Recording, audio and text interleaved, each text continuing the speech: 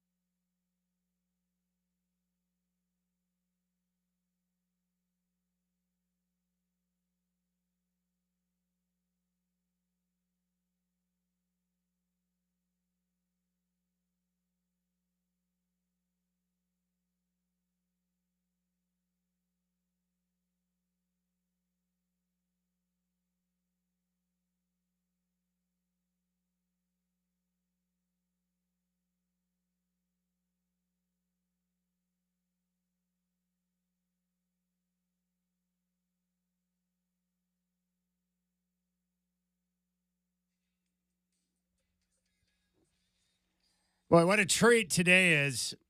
The one man that I've done more radio with than anyone else on the planet reached out to me and said, hey, I've got some free time this week. I'd like to hang out with you. I said, dude, you are more than welcome. Travis Demers, the voice of your Trailblazers in studio. What's up, brother? Yeah, nice troll job by Shacker putting in the end of the Giants game. The problem with that is I was rooting for the Giants to find a way to lose. So you weren't trolling me at all there, Shaq.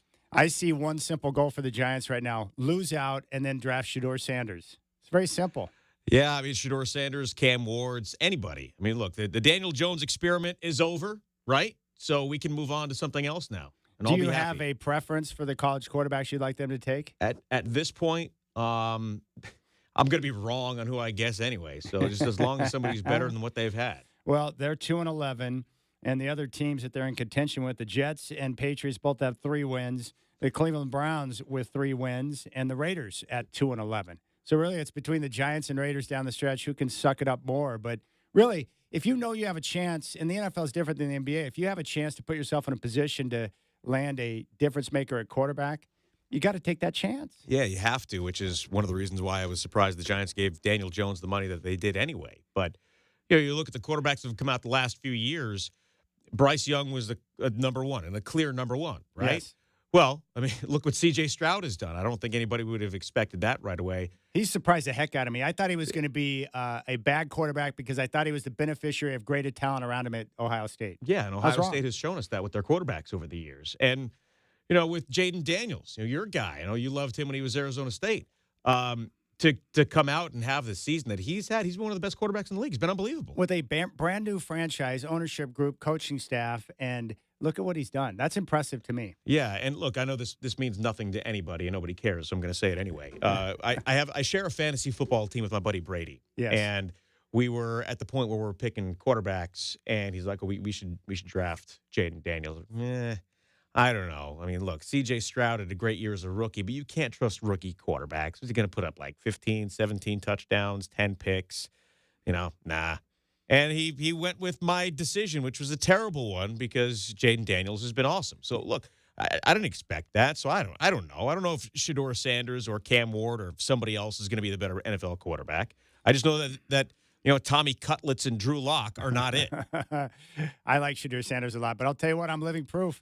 I wasn't excited about the Bo Nix draft pick at 12. I didn't know what to expect from Bo. I loved him, but I didn't know if he was a NFL stud that could be a franchise quarterback. And now the Broncos are sitting at 8-5, and Bo Nix is in position to win Offensive Rookie of the Year, which is wild to me.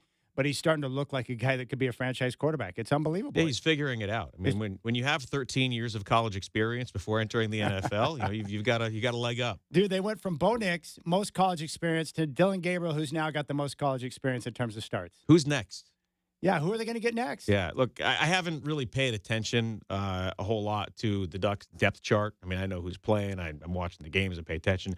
But I don't know who's next up in the Ducks depth chart, if they have anybody who's up next. Oh. So are they going to hit the transfer portal again? Dante Moore is on their bench right now. They got him back from UCLA. Yeah.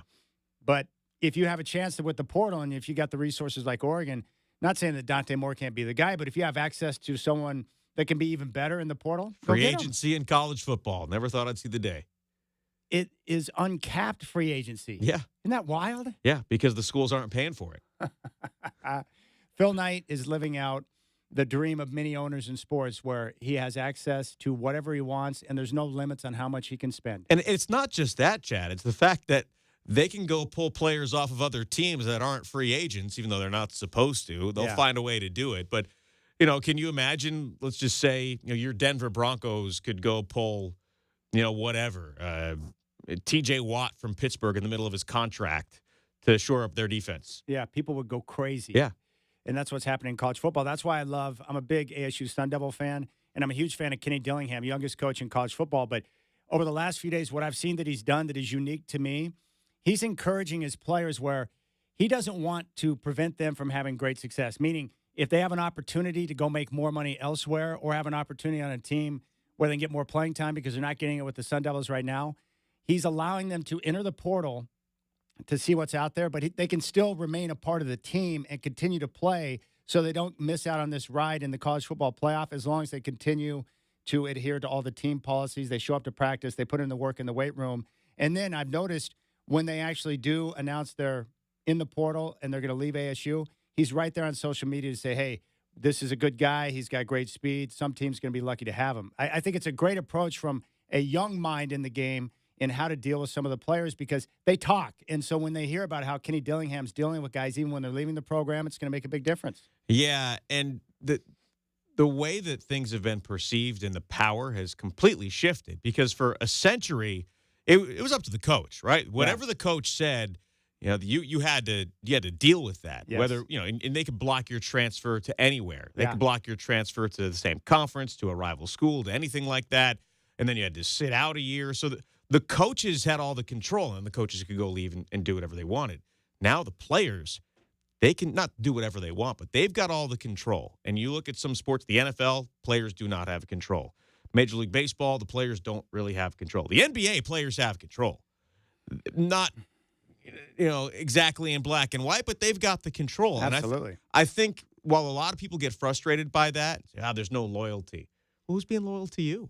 Exactly. I support the players because you have such a short window of earning and happiness and prime in the league. A lot of those guys are out of the league by 30. The ones who can stick around longer than that and have multiple championship runs or make a career as a journeyman or whatever their path is. Do what you got to do because that's not forever. I wanted to ask you this because you and I are both big college football fans, and we've been watching college football for years. But I really think now that I've had a full season to look back, I don't think I've enjoyed a season more than the season that we just had because of the expanded playoff.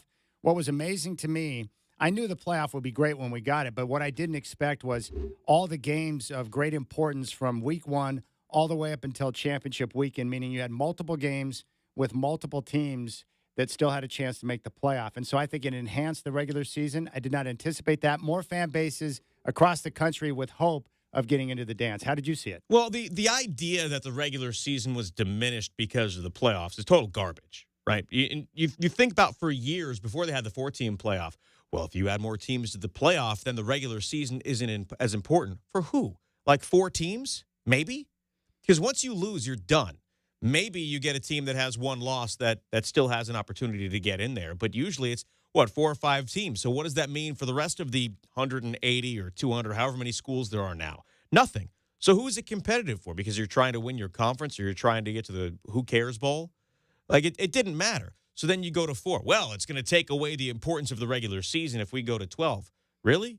Because some of those regular season games, like Alabama late in the year and games they should have won, that meant a whole lot. Now, getting into the playoff, I mean, look at what it did for Miami.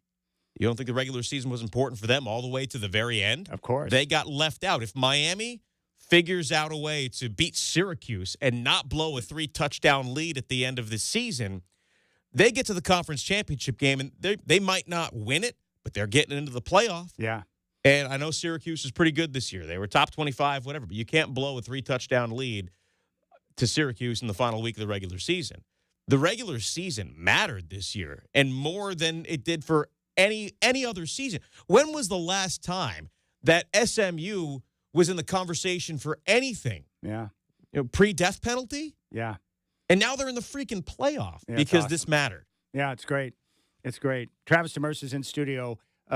Chef Gabriel Pascuzzi is going to join us in studio at 4, and we can talk about his fascinating life and experience on Top Chef and Beat Bobby Flay. So he's going to be in studio at 4. Sean Hiken, our Trailblazer Insider, will talk ball with us coming up at 5:20. Now, Trav, I pulled this clip. You and I were laughing along with Curtis at the game on Friday night. Before the broadcast, we were joking about different clips and different movie clips and stuff. And I came across this in your honor. Oh, no. Take a listen to this. Says he's from Lake Titicaca. Lake Titicaca? Lake Titicaca. Okay. Find out where the hell Lake Titicaca is. Nicaragua. Nicaragua? Agua for my bunghole. Bunghole. Oh, yeah, and he keeps saying he needs TP for his bunghole. What the hell's a bunghole? Will you find out what a bunghole is? You are a bunghole. And so am I. There will be more bungholes after me. Here, I got the dictionary. Bunghole. Bunghole says a hole in a barrel or keg for pouring in or drawing out liquid. Bunghole. This kid's messed up. Just take him back to Mexico and drop him off with the others. Let the federales deal with him. Okay, Cornholio, time to go back home. Are you threatening me? You will give me TV. Bunghole. I don't know who's a bigger child, you or me. Oh, dude, it's so good. I went back and I discovered, I pulled it up on YouTube, the first appearance of Cornholio, and I forgot about the episode I just played for you. Yeah. I thought, that's pretty good. Yeah, was that from the movie? No, that was just from a regular episode. Okay. But the movie was when great. He's in Spanish class. Yeah. Yeah. But on the movie, he freaked out on the plane because he took those no-dose pills from that old lady. Get the hell out of the cockpit. All right. I'm trying. I'm really trying to keep my cool right now. There's nothing wrong with that. All right. When we come back, we'll dive into the playoff. I want to get Trav's reaction to how the committee did and some of the first-round matchups. And how about that pathway for Oregon to win a championship? It's brutal. Gabriel Pascuzzi going to be in studio at 4. Sean Hiken at 5:20. Travis Demers is with me the entire ride. How awesome is that? You got the Rip City Drive.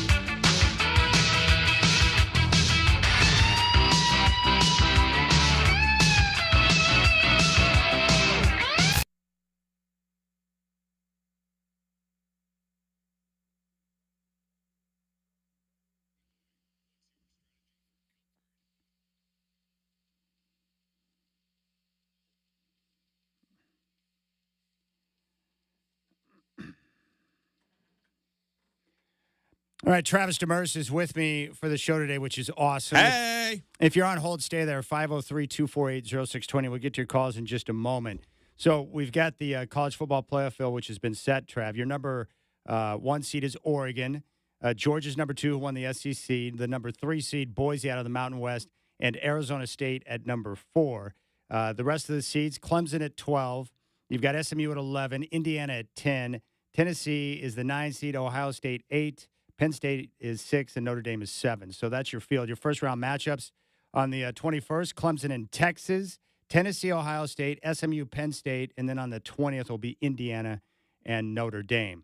So overall, with the field, how do you think the committee did in terms of their selection process? I thought it came out really well. I liked what they did. I liked them putting in SMU out over Alabama. It's not the committee's fault that the parameters put Boise State and Arizona State in a bye situation. And sometimes the way things shake out, you just don't get a good draw. And unfortunately, that's what happened for Oregon. We see it in the NCAA tournament all the time. We've seen it in the NBA playoffs. We've seen it in the NFL playoffs. Sometimes that's just how it works out. You know, if a team has the second best record in their conference in the NFL, Yeah. they're not getting a home playoff game. They could be 13-4 and have to go on the road and play an 8-7 or a 9-8 team. Yeah. That's just how it is sometimes. I thought given whatever we know about the criteria, which we still don't know a ton about, and who did what, I thought they got it right. Let's go out to the phones. Casey wants to talk a little college football with us. Casey, you're on the Rip City Drive with Travis and Chad. What's up? Good afternoon, gentlemen.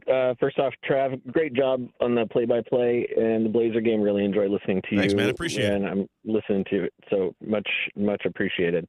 I have a question.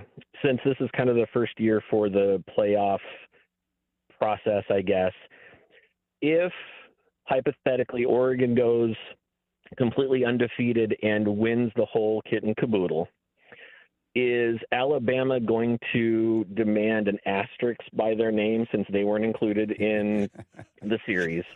And or do you think that it would be repeated if this is like an off situation that Oregon perhaps wins the championship as the only undefeated team?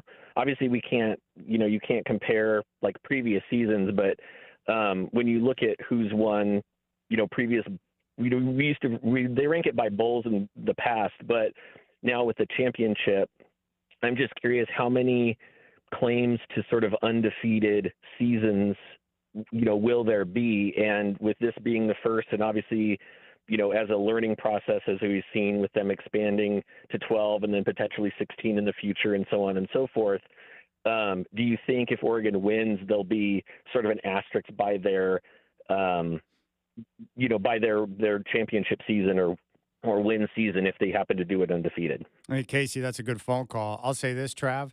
They're unbeaten right now.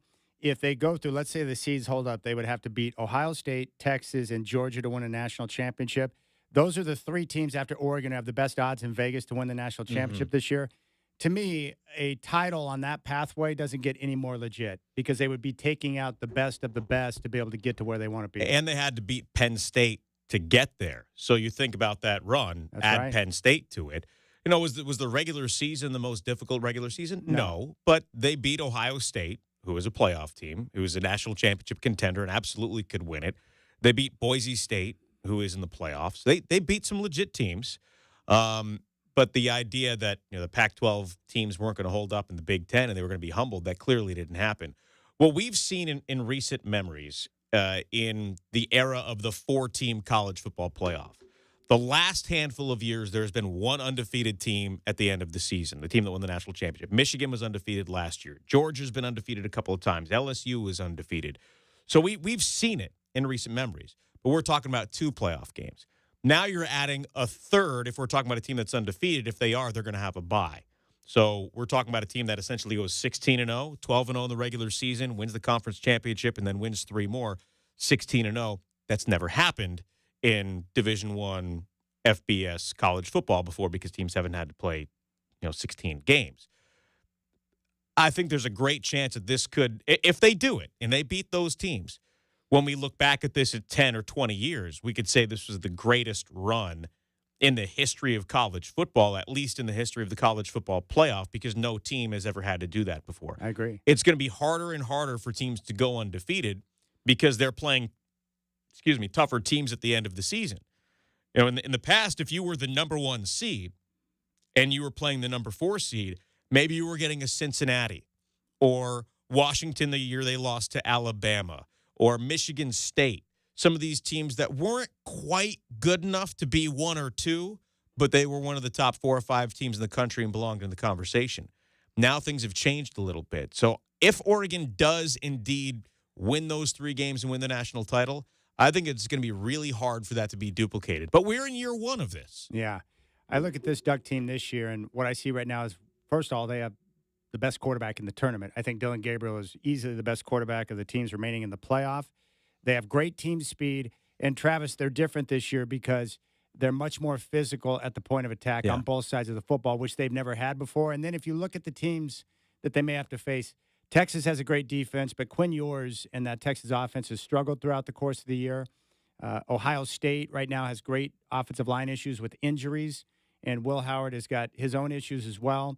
And Georgia right now is going to have to face a tournament with inexperience at quarterback because Carson Beck is out. So the pathway, while brutal, not impossible with the talent level that the Ducks have. Most importantly, they're a more physical brand of football than they've ever had before, which is impressive to me. Yeah, you look at the other teams that Oregon has sent to the playoffs into the national championship. The team they sent to the national title game against Auburn, you were there. Yeah. You saw it. You know what the reaction was from the Ducks when Auburn got off the bus? Yeah, they're small. Yeah. Yeah. Auburn was significantly bigger. I know that was a close game, and it came down to the final minutes of that game. While Auburn might not have been a significantly better team, they were significantly bigger, and they were more physical. When Oregon sent a team to the national title game after waxing Florida State in the Rose Bowl, Ohio State physically kicked their ass. Yeah. And that's why Ohio State won the game. Oregon was a great team that year, but Ohio State physically beat them into the ground. Yep. When Oregon has won some of these the big games, you know, the Rose Bowls over Wisconsin and things like that, they've been good teams, but they haven't been physical the way that they are now. Even when this whole run started and Oregon went to their first Rose Bowl in 2009, Ohio State beat them up pretty good. Stanford, in their conference, the team that Oregon had the most trouble with was Stanford. Yes. Because they were built like a big, physical Big Ten team. Yep. That's not what Oregon is anymore. Dan Lanning comes over from the SEC and changes the style of player. Mario Cristobal helped with that, too, in the recruiting process. But they are a different style of team than they were 5-10 years ago. And we've seen that because they are hanging with everybody that they play physically. Yeah, I credit Rob Mullins. You know, when Cristobal left for Miami, there was a lot of pressure on him to hire someone with connections who was part of the Oregon family. You know, Wilcox was mentioned, some others. They wanted the majority of people around the university wanted someone who was close to the program, but Mullins had his short list, and all of a sudden we started hearing Dan Lanning's name surface, and we're like, who's Dan Lanning? And then you find out that he was at Georgia. He comes over and makes the move, and the reason why they did that is because he knew he needed a young guy who could recruit the heck out of the country, more importantly, have access to the Southeast where the big dudes are at. And so that's why I credit Rob Mullins for having the guts to go against the grain and bring in Dan Lanning. When did you first start covering Oregon football? What was your first year of being a credentialed member of the media, even at the smallest capacity? Yeah, back in like 2005, 2006. Okay. For me, it was 2003. And you look at the roster from 2003, 2004, 2005, 2006, and you look at the number of players from Oregon and Washington compared to other parts of the country. Of course, they've always gotten guys from California. But now you look at the roster 20 years later, and there are guys from Texas and Florida and Georgia and the Southeast and all over in the biggest hotbeds of high school football. You can't win consistently if you can't recruit the Southeast. Oregon, Washington, the Northwest is as far away as you can get from the Southeast. Moving into the Big Ten, okay, now you're playing teams in the Midwest, and that opens things up into Michigan and Ohio and Pennsylvania. And Michigan, Ohio, and Pennsylvania are big recruiting grounds for high school football. Yeah. So they're getting those opportunities to even get sit-downs with those players and having the opportunity to convince them, and look what's happened. It's impressive. You're right. And I was talking with Justin Hopkins the other day, and the success in the Big Ten this year has really helped. But really, it's being on that stage, having the media attention that they get with the best games and the best time slots, and then all the other kids who were not aware of Oregon football the way they are now. It all helps. And then you capitalize on the success, the wins, and now they're in the playoff. Think about what that's going to continue to do for recruiting, and then you can back it up with the NIL resources they have to be able to take care of these kids. 15 years ago, Oregon was flashy, right? And they got the new uniforms, and Chip Kelly with the offense that he ran and all the things that he did with the speed and the tempo, and it was unique. Well, now everybody's got flashy uniforms. Everybody's got new uniforms every week. Everybody can run an offense like that, and we've seen that in general. That kind of offense will get you wins, but they won't get you championships.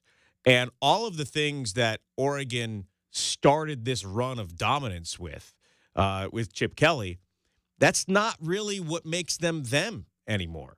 Now they're a power team. They are a team that belongs in that perennial conversation. We'll see what happens after this group of guys leaves. But now everybody, except for Alabama and Penn State, maybe Ohio State, has the same uniforms. Yeah, the facilities are unbelievable. Guess what? They're unbelievable everywhere else now, too. So that arms race that we heard about 15 years ago or so, when, remember, the Big 12 was going to implode and the Pac-12 was going to add Texas and Oklahoma and a couple of other teams. I don't remember who it was going to be. There was some conversation about that. Well, all of that was based on an arms race and money.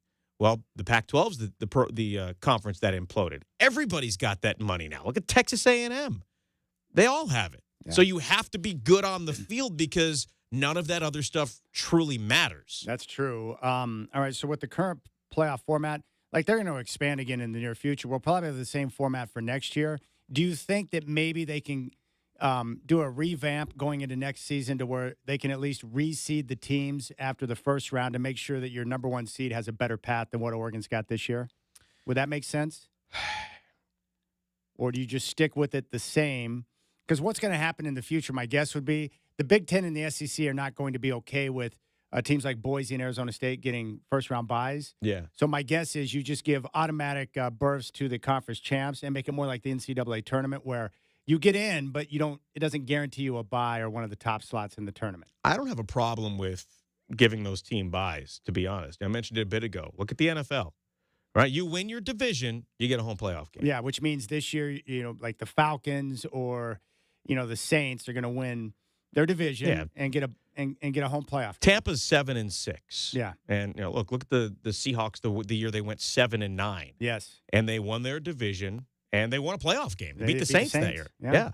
So, people looked at New Orleans that year like, well, they've got an easy path to the divisional round. Well, they didn't because you've got to figure it out. You've got to play. And if you're a top 15 team, can you hang with, if you're, let's say, the number 4 team in your Arizona State or the number 3 team in your Boise State, should you be able to hang with a team that's the 6 or 5 or 7 or 8? You should be able to.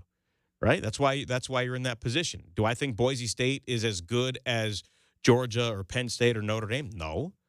But I feel like they earned that opportunity. It's not like they kept the other teams out. It would be different if it was those teams being in and the other teams being out. Now they got to go prove it on the field like they do in the NFL. I get the NCAA tournament thing, but there are no buys in the NCAA tournament. There are no home games in the NCAA tournament. Everybody goes to an allegedly neutral site and has to figure it out. And we see upsets all the time. So I don't really have a problem with those teams getting buys. If you want to take that out of it and say, okay, you don't get a bye, but we'll guarantee you a home game, I'd be fine with that too. That's pretty sweet. These first-round matchups, which one do you like the best? We got Clemson and Texas. They'll play in Austin. Tennessee and Ohio State in Columbus. We're going to get SMU and Penn State at State College. And then Indiana and Notre Dame in South Bend. I think they all have fascinating storylines, Chad, because think about this. Friday night in South Bend, Indiana and Notre Dame. I mean, come on. Obviously, that matters a lot for the state of Indiana. How close are Bloomington and South Bend? I don't know, but I don't think they're too far. I mean, Indiana's not exactly a big state, so I don't think they're too far. I've been to South Bend. I've never been to Bloomington. I think I really don't know. So I would 197 miles. Okay, that's not 3-hour drive. Yeah, exactly. So That's nothing. How yeah. cool is South Bend? I've never been there. So when I first moved to Portland when I was 21, my buddy Mike and I, we were driving cross country, and we hit all these different stops, and we stopped in South Bend to see Notre Dame Stadium. It was not like the movie Rudy, where you could just walk in, because since that movie had come out in the 10 years or whatever it had been when they filmed that, they had built more and developed more outside the stadium. So it's like, you can't go in and go see. So you and I couldn't just walk into the stadium and go talk to the grounds crew. No, I did sneak out onto the field at Ohio Stadium, though. Yeah.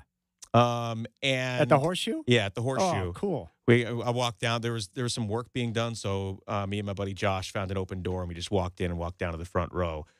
But at West Virginia, you can't get in, and there's a fence with barbed wire going all the way around it. Yeah, because they got the crazy people in West Virginia out there. Yeah.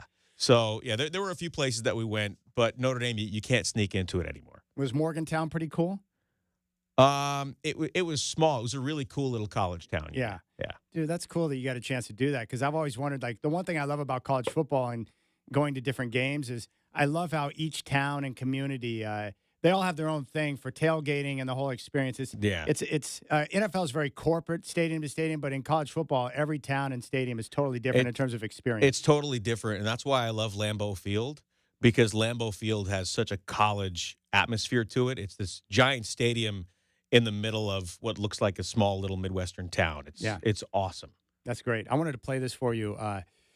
Tim Healy is the voice of Arizona State football, and he was on with Arizona Sports, and he was discussing he wishes that John Madden was around to call one of Cam Scadaboo's plays. He's my favorite player in college football. Take a listen how this played out on Arizona Sports. This is awesome. Tim Healy, yesterday, we were talking about Cameron Scadaboo, and Tim, this is what you said. Cam Scadaboo is a guy that I would love to have heard John Madden call one of his runs, or have like Frank Caliendo, who does the perfect John Madden impersonation, have him do a Madden impersonation. Well, here's Frank Caliendo as John Madden. Trying to tackle Cam Scadaboo is tougher than it looks. I mean, there he goes. You got to hit a guy right there, and he's going to spin off a guy right there. That guy's tackling him, and that guy's tackling him, and that guy's tackling him. But none of those guys are actually tackling him. He somehow keeps going. You ever turn your phone to the side, Pat, and the screen stays the same up and down? What's that called? Auto rotate.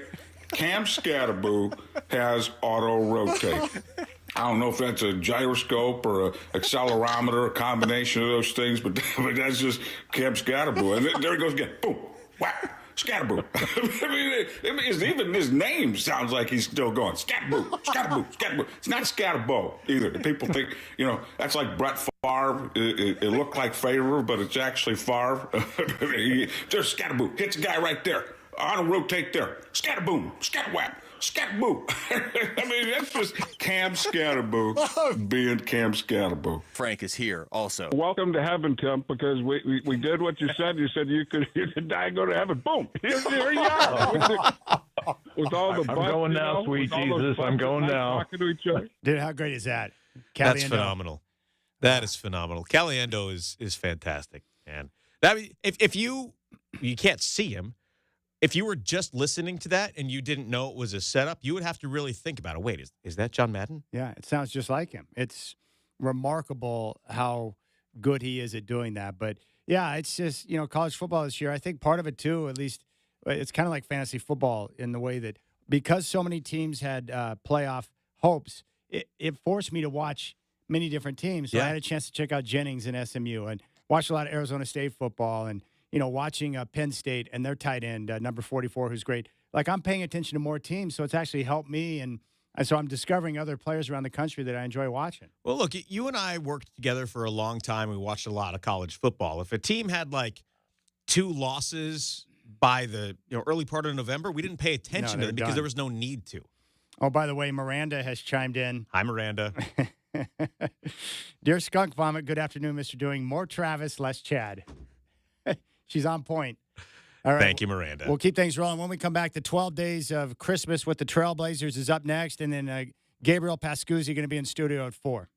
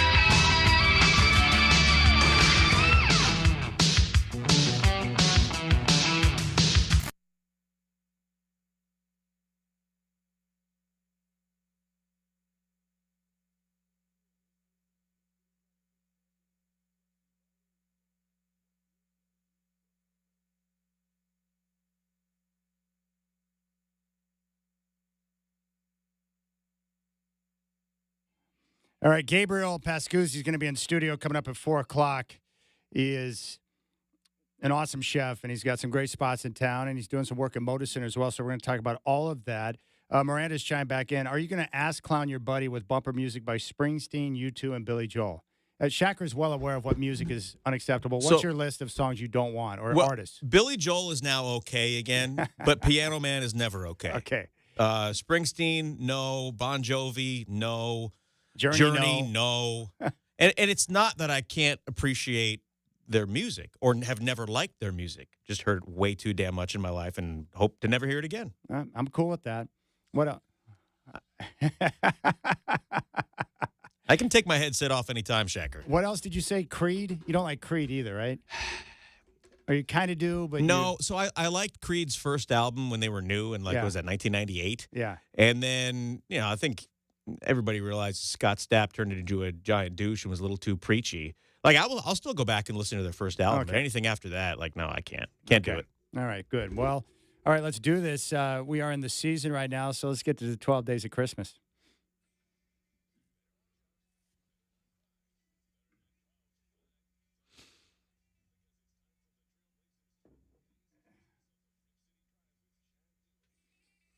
All right, my simple goal is to win a prize, even though I work for the Trailblazers. I'm going to try and do this. And, Trav, the prize yesterday on the first day was a prize pack, which included the Donovan Clingan glass, which is terrific. So let's check out number 2. So to take part, all you have to do, and you can do it every day, today is day number 2. Go to trailblazers.com/12 days. And once you pull that up, you're going to see a list of numbers 1 through 12, and they've got number 2 highlighted. So you click on that to say enter now, and you simply put in your information, your first and last name, your email address, and then you just click agree with the official rules and hit enter now. And this is for your chance to win a 50-inch smart television. Nice. And there you go. That's how it's done. That's a good deal. Are you allowed to enter to win? Probably not, right? I don't think so. But I love the prize packs. They're going to have airfare for tickets on Alaska Air. They're going to have more prize packs. We got confirmation yesterday that there'll be some autographed memorabilia that's going to be a part of the prize packs. Do you have any Trailblazer autograph gear? I do, yeah. I've got a couple of team signed balls. I've got a signed Dame ball. 77 championship team signed picture. Got some stuff, yeah. That's good. Shacker, have you entered the 12 days of Christmas yet? You got to get on that. For the 12th day. 12th day? Yeah. I think that'll probably be the big prize, probably the Alaska Air. Yeah. I like free airfare. That's not a bad deal. So to enter to win the fabulous prizes, you can do it every day. Just simply go to trailblazers.com. 12 days, 12 prizes, 12 chances to win, and each day will bring a new prize. Trailblazers.com/12 days, and there it is, the 12 days of Christmas with the Portland Trailblazers. You know, it's so rare in the NBA schedule to get 4 days off. They played on Sunday. They don't play again until Friday. So, what does the voice of the Trailblazers do with free time? You're looking at it, man. Hanging out with my guy, Chad. No, I've had my kids. My house needs to be cleaned big time, so I'll do some of that. Just chilling. That's pretty sweet. Shacker told me, I didn't know this, but coming up August 30th, speaking of music, Christopher Cross, Men at Work, and Toto are going to be at the Clark County Amphitheater, which is 5 minutes from where I live. Can you believe that? Oh, man, that's like the perfect concert for you. It is. And I saw Colin Hay. I went to the Ringo Starr All-Star Band concert last year down in Vegas. I went with Steve. And Colin Hay's a part of the All-Star Band with Ringo, and he sang a few of the Men at Work songs. That was terrific. Obviously, I've seen Toto multiple times, and they're great. And Christopher Cross, I saw a few years ago down in Reno. I saw him at concert. He did a show by himself. It was the anniversary of his first album, and he was great. That is a show that's right up my alley. If the Eagles aren't playing, yes, that's a show that I would think would be right near the top of your list. Yes, absolutely. Now, the Eagles are playing at the down at the Sphere. Have you been to the Sphere yet down in Vegas? No. The last time I was in Vegas, it had just opened up. It was brand new. Yeah. It was for Summer League 2 years ago. So I haven't been inside, but I've heard some great things about it. I haven't been. I've talked to a few friends who have been to shows down there. A friend of mine saw U2 and said it was great. I talked to a couple of people. Bruce Janes, the Godbrother, Dwight's brother, and his nephew went to the Eagles down at the Sphere, and they said it was terrific. So I don't know. The ticket prices. The problem is some of these prices to get into a show there at the Sphere, I'm like, I want to go because the best way it was explained to me was this, is that I was reading a review online, and this guy said that, you grow up and you listen to these songs over and over again, and you have a picture in your mind of what the song's all about. But when you go to a show at the Sphere, they've got that big screen and all the, special visual effects. He said that it changes the way you see each song because of the visuals that they provide at the show. So to me, that was interesting. Wonder what visuals they would put up there if Roger Waters was playing. Hey, Don Felder's coming to town. He's opening for Styx. But where's that show going to be? At RV in your neighborhood. I have not seen a Don Felder show. Now, the part that's interesting about that is that he was kicked out of the band by Glenn and Don, but because he was an actual partner, he has access. He got hella paid, and he's got access to the entire catalog, so he can play the songs. Yes. Huh. He might be worth checking out. I've talked to someone that's seen him live, and he's just great because he's great with the guitar. And I know you obviously appreciate good guitar players, but that's why you want to go to see a guy like Don Felder. Yeah. But I want to go here and play heavy metal. Yeah. But for me, if I am going to go see Eagles music, I would rather – I don't want him singing all the songs. I would rather have Don Henley there. When was the last time you were at a concert? It's probably been forever. 2016. How old are Lincoln and Lawson now? 6.5 and 4.5. Wow. So they're at an age where you're constantly on the go. Yeah. With the boys. Yeah, for sure. How's school going for them? Good. Lincoln's in first grade, and he loves it. Lawson is in preschool. He'll be in kindergarten next year. And he has a blast. And you said you've been happy with the schools out there in Sherwood. Oh, for sure. Yeah. That's great. That's one of the reasons why we're there is for the schools. Have you had any fire scares at the house? Travis scared the crap out of me because it was last week before a game. You're like, dude, I had the fire department show up at my house. And, of course, you're on the road. You're down in L.A. for the Clipper game, and you've got chaos going on. What happened? So one of the fire alarms started going off, and then they all started going off. I got a text from my neighbor. It was like 7:30 in the morning. I'm on the road. I'm sleeping in. So I woke up at, 9, and I get all these texts that the smoke alarms were going off in my house. So I texted him, and I asked him, my house is on fire. He said, no. So I'm trying to figure out what's going on. I couldn't get anyone to go in there, and eventually called the fire department. They went in, and they replaced all the batteries, and they said everything's good. They left a little note, blah, blah, blah. Well, a couple hours later, they start going off again, and one of my other neighbors texted me about it, and I have some really great neighbors. And so he went in, and he was looking at the batteries, and I'm thinking, okay, what if this is a carbon monoxide deal? Because those are carbon monoxide filters. So I text him like, this might be carbon monoxide. Get out of my house. Like, just to be safe. If I don't want anybody in there who's not trained. So he left and went back home, and I called the fire department again. They went in. They did all the tests for carbon monoxide and oxygen and stuff. And it turned out that one of the smoke alarms was getting old. It was like 9 years old and faulty. And because they're all hardwired in together, they all started going off. And he took it out for me. I replaced it, and everything's been good since. But it was kind of scary. I'm in L.A. I'm, 800-900 miles away, and I have no way of, knowing what's going on in my house. And you're getting ready to call a game. Yeah. Good. I'm glad everything's okay. That's got to be pretty scary. Yeah, my house didn't burn down, so that's good. Were you pulling up your house on your GoPro, checking out the video and stuff? No, I wasn't. I should have, though. All right. All right, Travis Demers is in studio, voice of your Trailblazers. When we come back, we're going to be joined by Chef Gabriel Pascuzzi. He'll be in studio, and we're going to talk some food.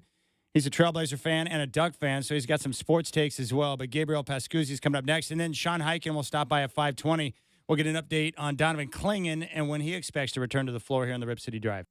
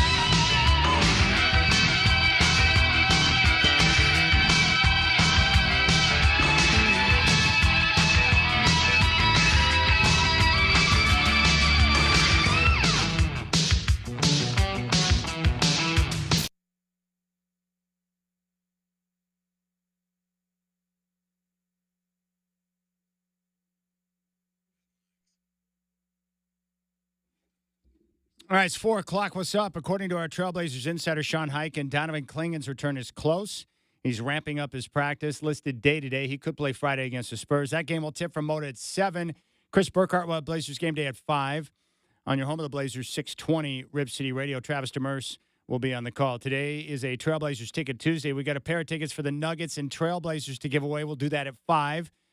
All you have to do is listen to us for your chance to win. The Heisman finalists announced: Travis Hunter from Colorado, Dylan Gabriel from Oregon, Ashton Genty, Boise State, and Cam Ward from Miami will be in the Downtown Athletic Club in New York. Army and Navy will meet Saturday, kickoff at noon on CBS. The Cadets, a 6.5-point favorite. Steelers will meet the Eagles Sunday. Both teams are division leaders. Pittsburgh likely to be without wideout George Pickens. Got more of the Rib City Drive coming at you right now. Travis Demers is with me in studio today, and Chef Gabriel Pascuzzi is in studio right now. Sean Highkin at 520.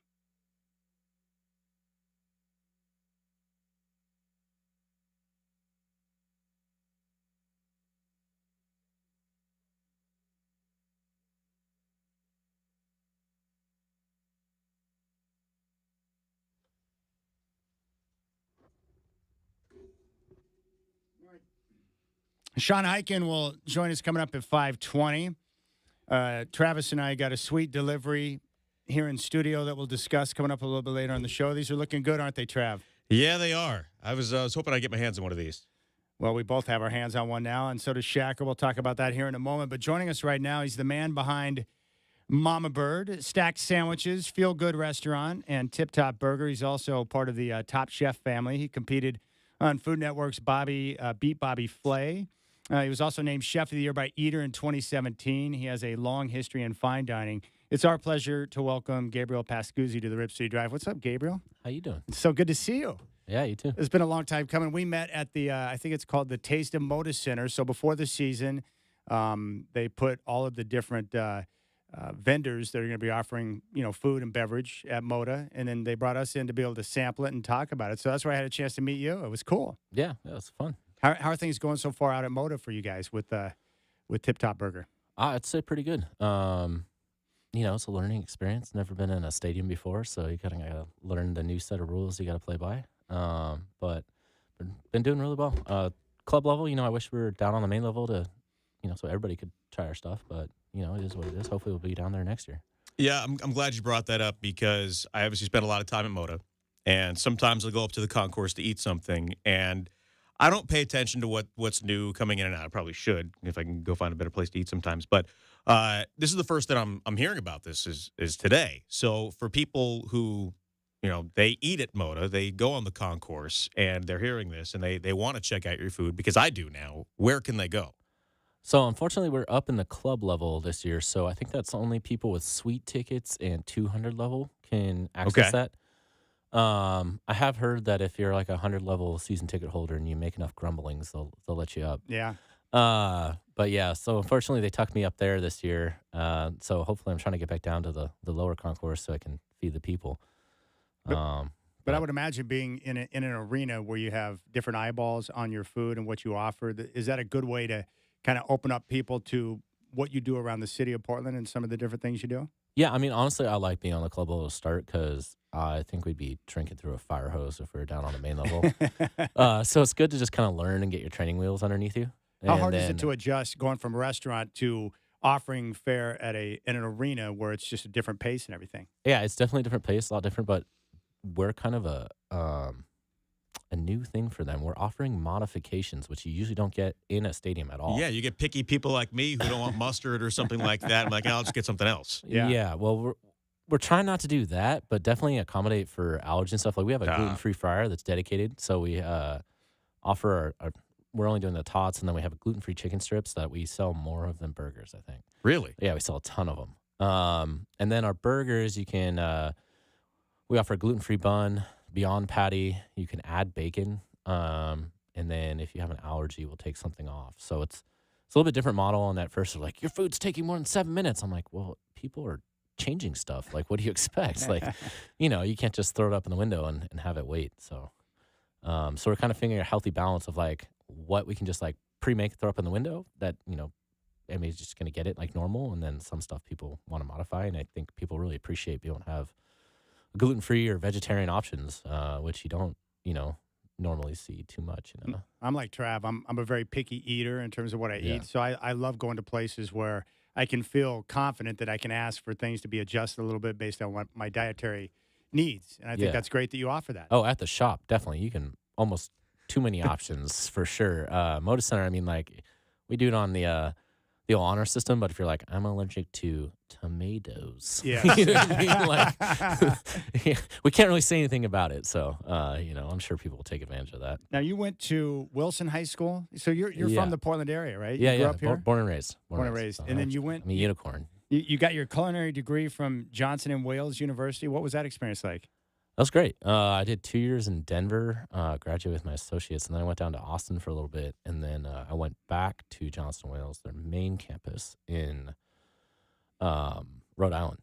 So it was two very different experiences, but yeah, it's a great time. I think like everybody when they're in college or even culinary school, college, I don't know if they want it. You're like, man, what do I need all this stupid shit for? And then, sorry. Am I not supposed to say that? That's okay. We have built-in mechanisms to deal with good. that. So don't What feel do you too know bad. stupid stuff for? And then like the older you get and the more you get into the industry, like, oh man, that's really useful. That's great. I'm glad I took that class or whatever. So it's considered one of the best. And we're full on university. I have a degree. It's not like a certificate. Yeah. So with that though, when you're talking about things you didn't think you would use, what are some of those things? I mean, huge one I use all the time is a costing card they taught us. We had a class, we called it Super Chef, and it's basically went over all the rules and just like laws of being a manager and management. And just it trained you a lot more for the high end level of not being a grunt, which I highly appreciate. And I think you don't appreciate it at the time because you don't use it right when you get out. Like you're a grunt when you get out of school. You're going on the line. You're the bottom of the barrel. You're starting on the lowest station and you're working your way up in a restaurant. And you're like, I'm not using any of this stuff I learned. And then once, you get 8-10 years in, then you get, sous chef or chef. And you're like, this is where I use all this stuff. Okay. Yeah. Okay. Now you mentioned your education, but you've had a chance to work in some great places, Noma in Copenhagen, Colicchio and Sons in New York with Chef Tom Colicchio. How valuable was that experience of being able to travel, as you've continued to progress throughout your career?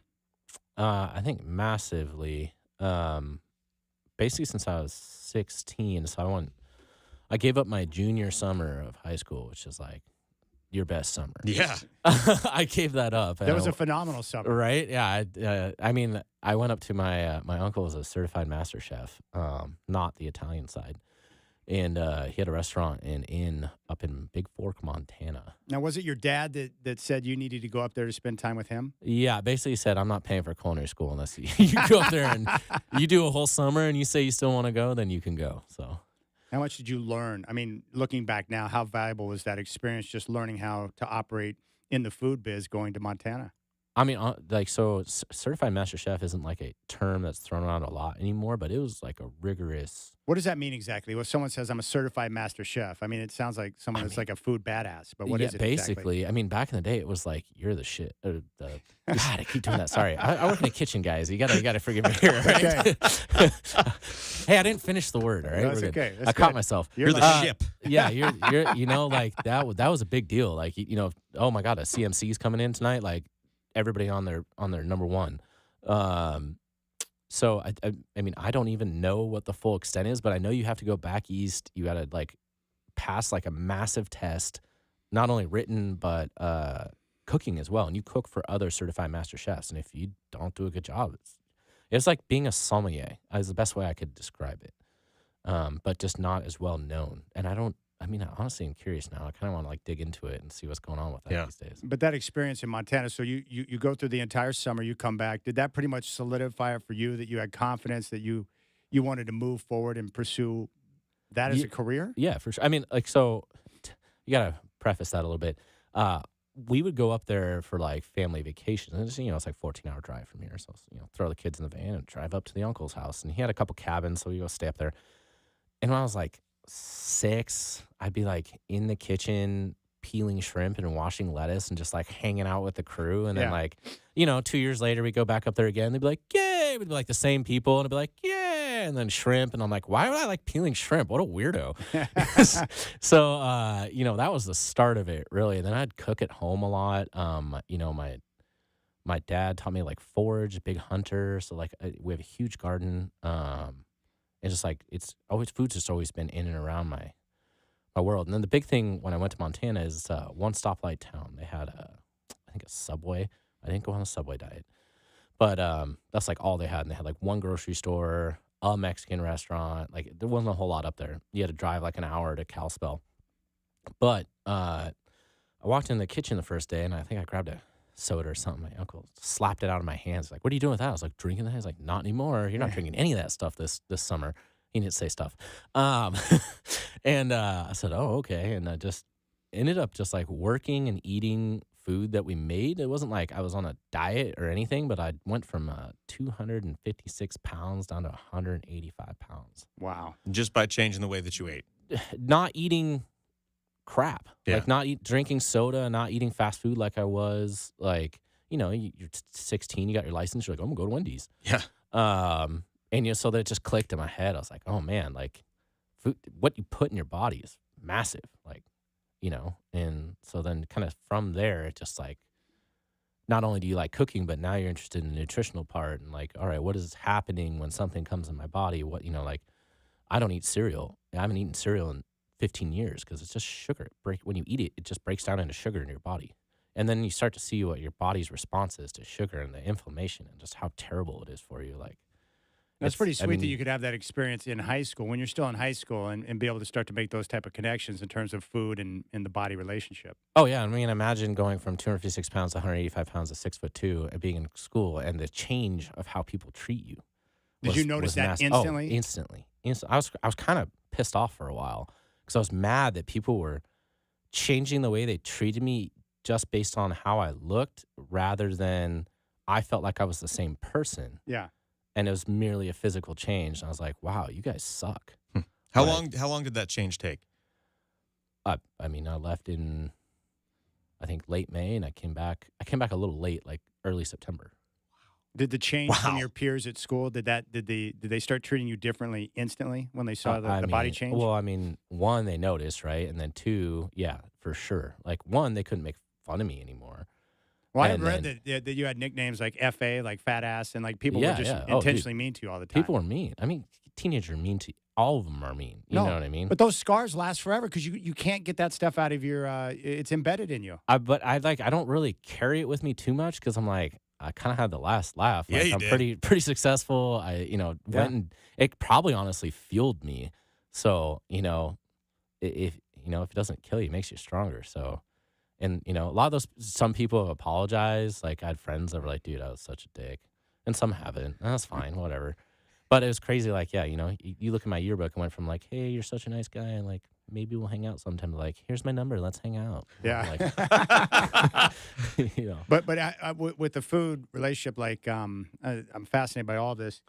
How has it been from that summer now? Like, do you still have your challenges in dealing with food and what you eat and the right amounts and so forth? Have you had any more struggles with that, or has it been pretty much clean for you the whole way through? You go through life. Like right now, I'm probably sitting a little heavier than I want to, but I just had like ankle surgery, so it's like that's explainable. But, I mean, all those things are always still in the back of your head of like, okay. One thing that I find that I do that's like super not healthy is like I'll eat something and I'll be like, oh great, now I got to do what to work this off. Yeah. The thing that really irks me is like when you eat something that is like high in calories but it sucks, like bad pizza. Yeah. Like damn, I just wasted all those calories on pizza. Like if it's good pizza, I don't care. Like when my kids want me to get Domino's. Yeah, Domino's. Yeah, Domino's. My kids love it. Oh yeah, my 15-year-old just eats it. And there's so many great options out there. All right, we're going to have more with Gabriel Pascuzzi, who's in studio. We'll wash his mouth out with soap when we come back and make sure that he cleans it up. It's all good, though. We got to talk about his Top Chef experience. He was on Beat Bobby Flay, and we'll talk about some of the specific places where you can go get food right now in town, which is awesome. Gabriel Pascuzzi in studio here on the Rip City Drive.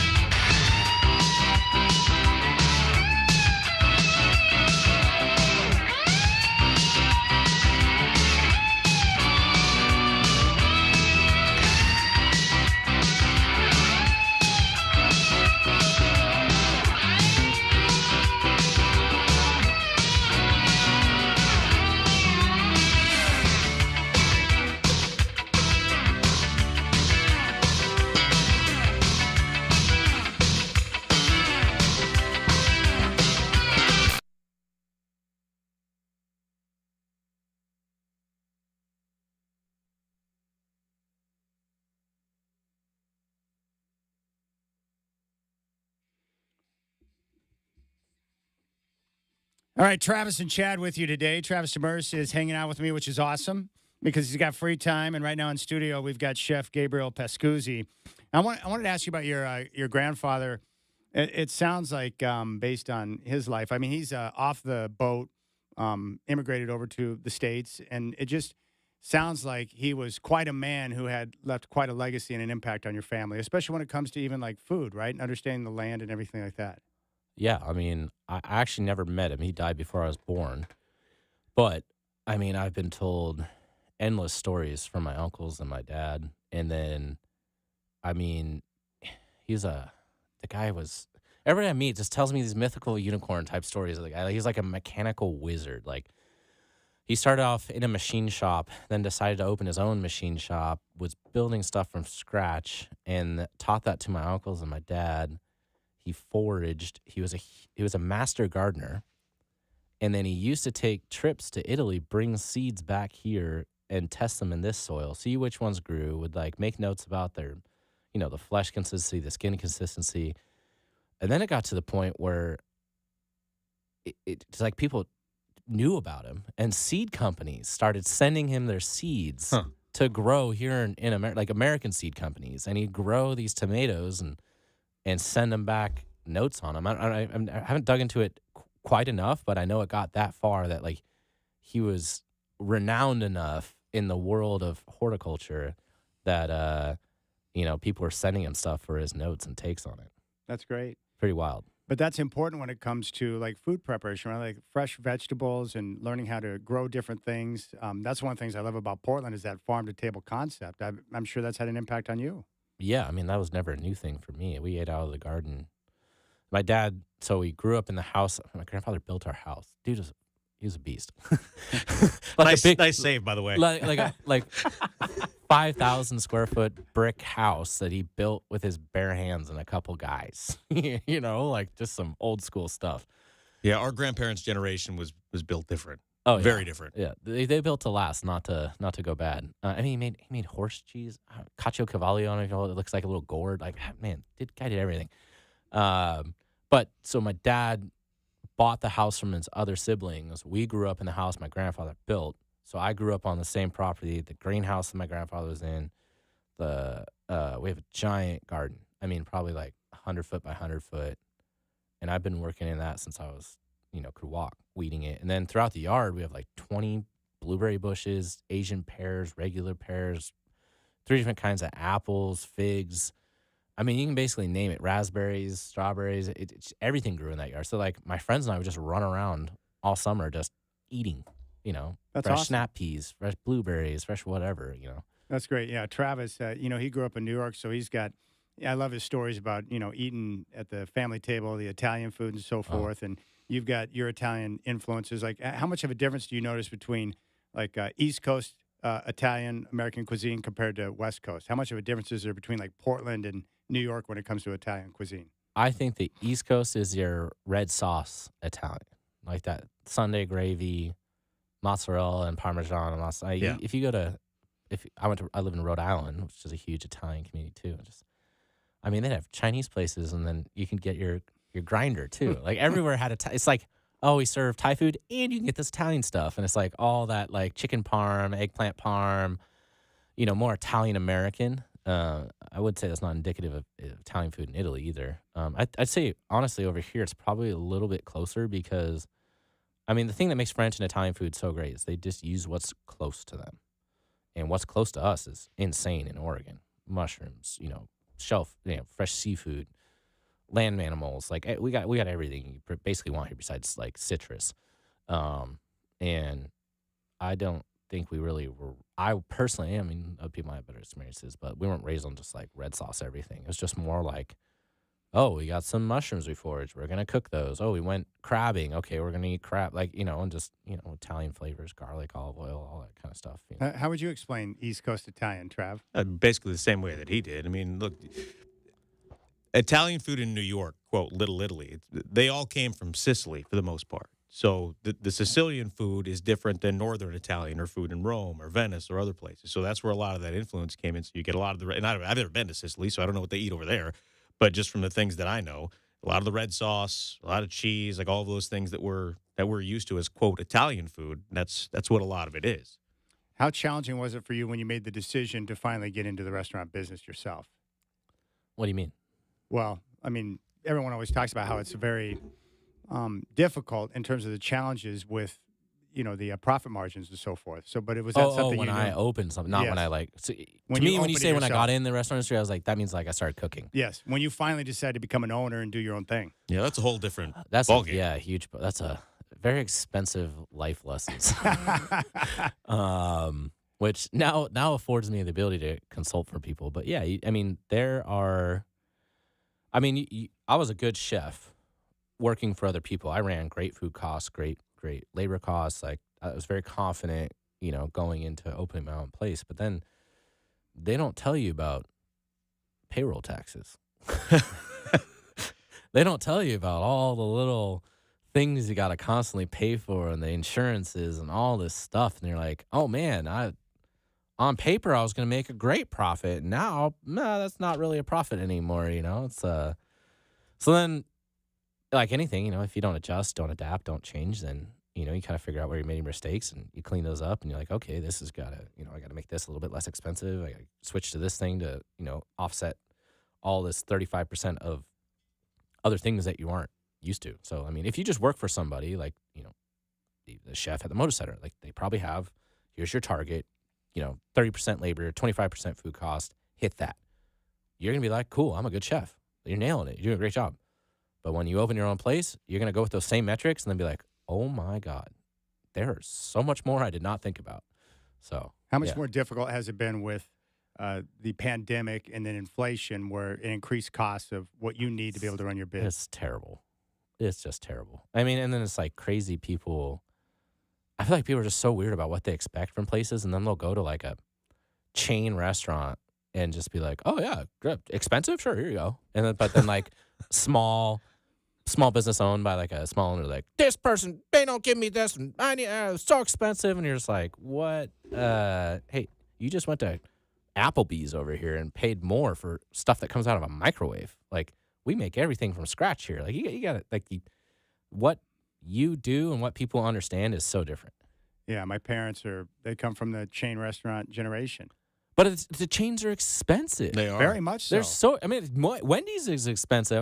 We were when my daughter's at softball practice, and we went to Wendy's. I was like, $12 for a Wendy's salad. I remember when those things were $2, and you'd shake them with the the Caesar dressing. Like it's $2 for a Caesar and $5 for a spicy chicken. And I'm 38. I'm not that old. No, I took my daughter and her friend to Taco Bell the other night. They wanted to go through the drive-through. $27 for two people For dog meat. Yeah, For kids. for kids. Yeah. They ordered their items or whatever. But when we were in school, it was like the $59, $79, $99 menu.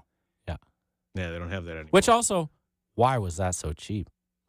What were they feeding you? Yeah. My body told me what they were feeding me. Yeah. How much do you pay when you take your son to IHOP for breakfast now? Man, I don't know. Honestly, I don't remember. It's not that much because I get him his little smiley face pancake, and I don't eat a whole lot there. But so now when you have all these things in play that weren't before with inflation and people expecting different things, has that changed how you approach things? Oh yeah, adapt or die. Yeah. Is that what you were telling me? I can't remember the exact story, but the reason why you stacked sandwiches, the reason why you went away from sandwiches and got into the burger deal is because people have a limit in their head what they're going to pay for a sandwich. They say, I'm paying $15 and that's it. It doesn't matter if you use Grand Central bread or, we weren't ever, the way I always think about it is you have to have a concept that people can't do at home because there's like, I could just do this at home. It's like, no, you're not. You're not going to get some wood and burn it and then put some charcoal on it and then brine your chicken and then, all this other extra steps that you go through. But same as like sandwiches, like we had a braised oxtail French dip. That sounds amazing. Yeah. We probably had about 50 articles written about it. So now, funny enough, I have an oxtail burger. It's $18. So people don't complain. But why you is have an that? oxtail sandwich that probably had more oxtail on it for $16, and this is ridiculous. But what is the difference? Why do people perceive burgers different than sandwiches? Value perception. I don't know why, but it's value perception. And the other thing too is like I think people perceive like a sandwich is for lunch. Burgers you can eat lunch and dinner. Okay, so I want a lunch crowd and a dinner crowd. So it's like, you got to think about those things when when you're doing that kind of stuff. And like, so we use kiosks at Tip Top, which I think are great because one, it shows you a picture of what you're going to eat first. It's not just a board menu. Some people get livid at these things, like so mad. And it blows my mind. I'm like, what's the difference between someone standing there staring at you while you figure out what you want, or no one's pressuring you and you can just scroll through and we come help you. We say, if you need help, come ask us. We'll show you what you're doing. Most people love it. The kids love it because they can just boop, boop, boop, boop, boop, and they're done. And for you, like you say, you like to modify your stuff. You don't have to feel like embarrassed that someone's like judging you for like not liking stuff. You can get a That's the story of my life. you can get a ketchup and cheese only burger. No one's gonna say anything to you. You know, and not be like, if you order that from me, I'd probably give you a look. You know exactly. I mean? So I think they're better. And then people get mad, but I'm like, here's the deal. You like my prices? That's because you're using the kiosk. If I have to pay somebody to stand here just to take your order, I got to raise my prices. So I can have 3 kiosk screens, which are big. They're bigger than your monitors. They're easy to use. Format them really well. But it's like, this is a cost-saving thing that I can do to save you guys money and not have to charge so much. And you probably have more people to focus on the food preparation and getting things out quicker, right? Well, yeah, and then I have people like bagging or traying up food and bringing it to you. Like, we provide a higher level of service than like a McDonald's, but people just get mad and want you to like sit there and take their order. They're like offended that you won't.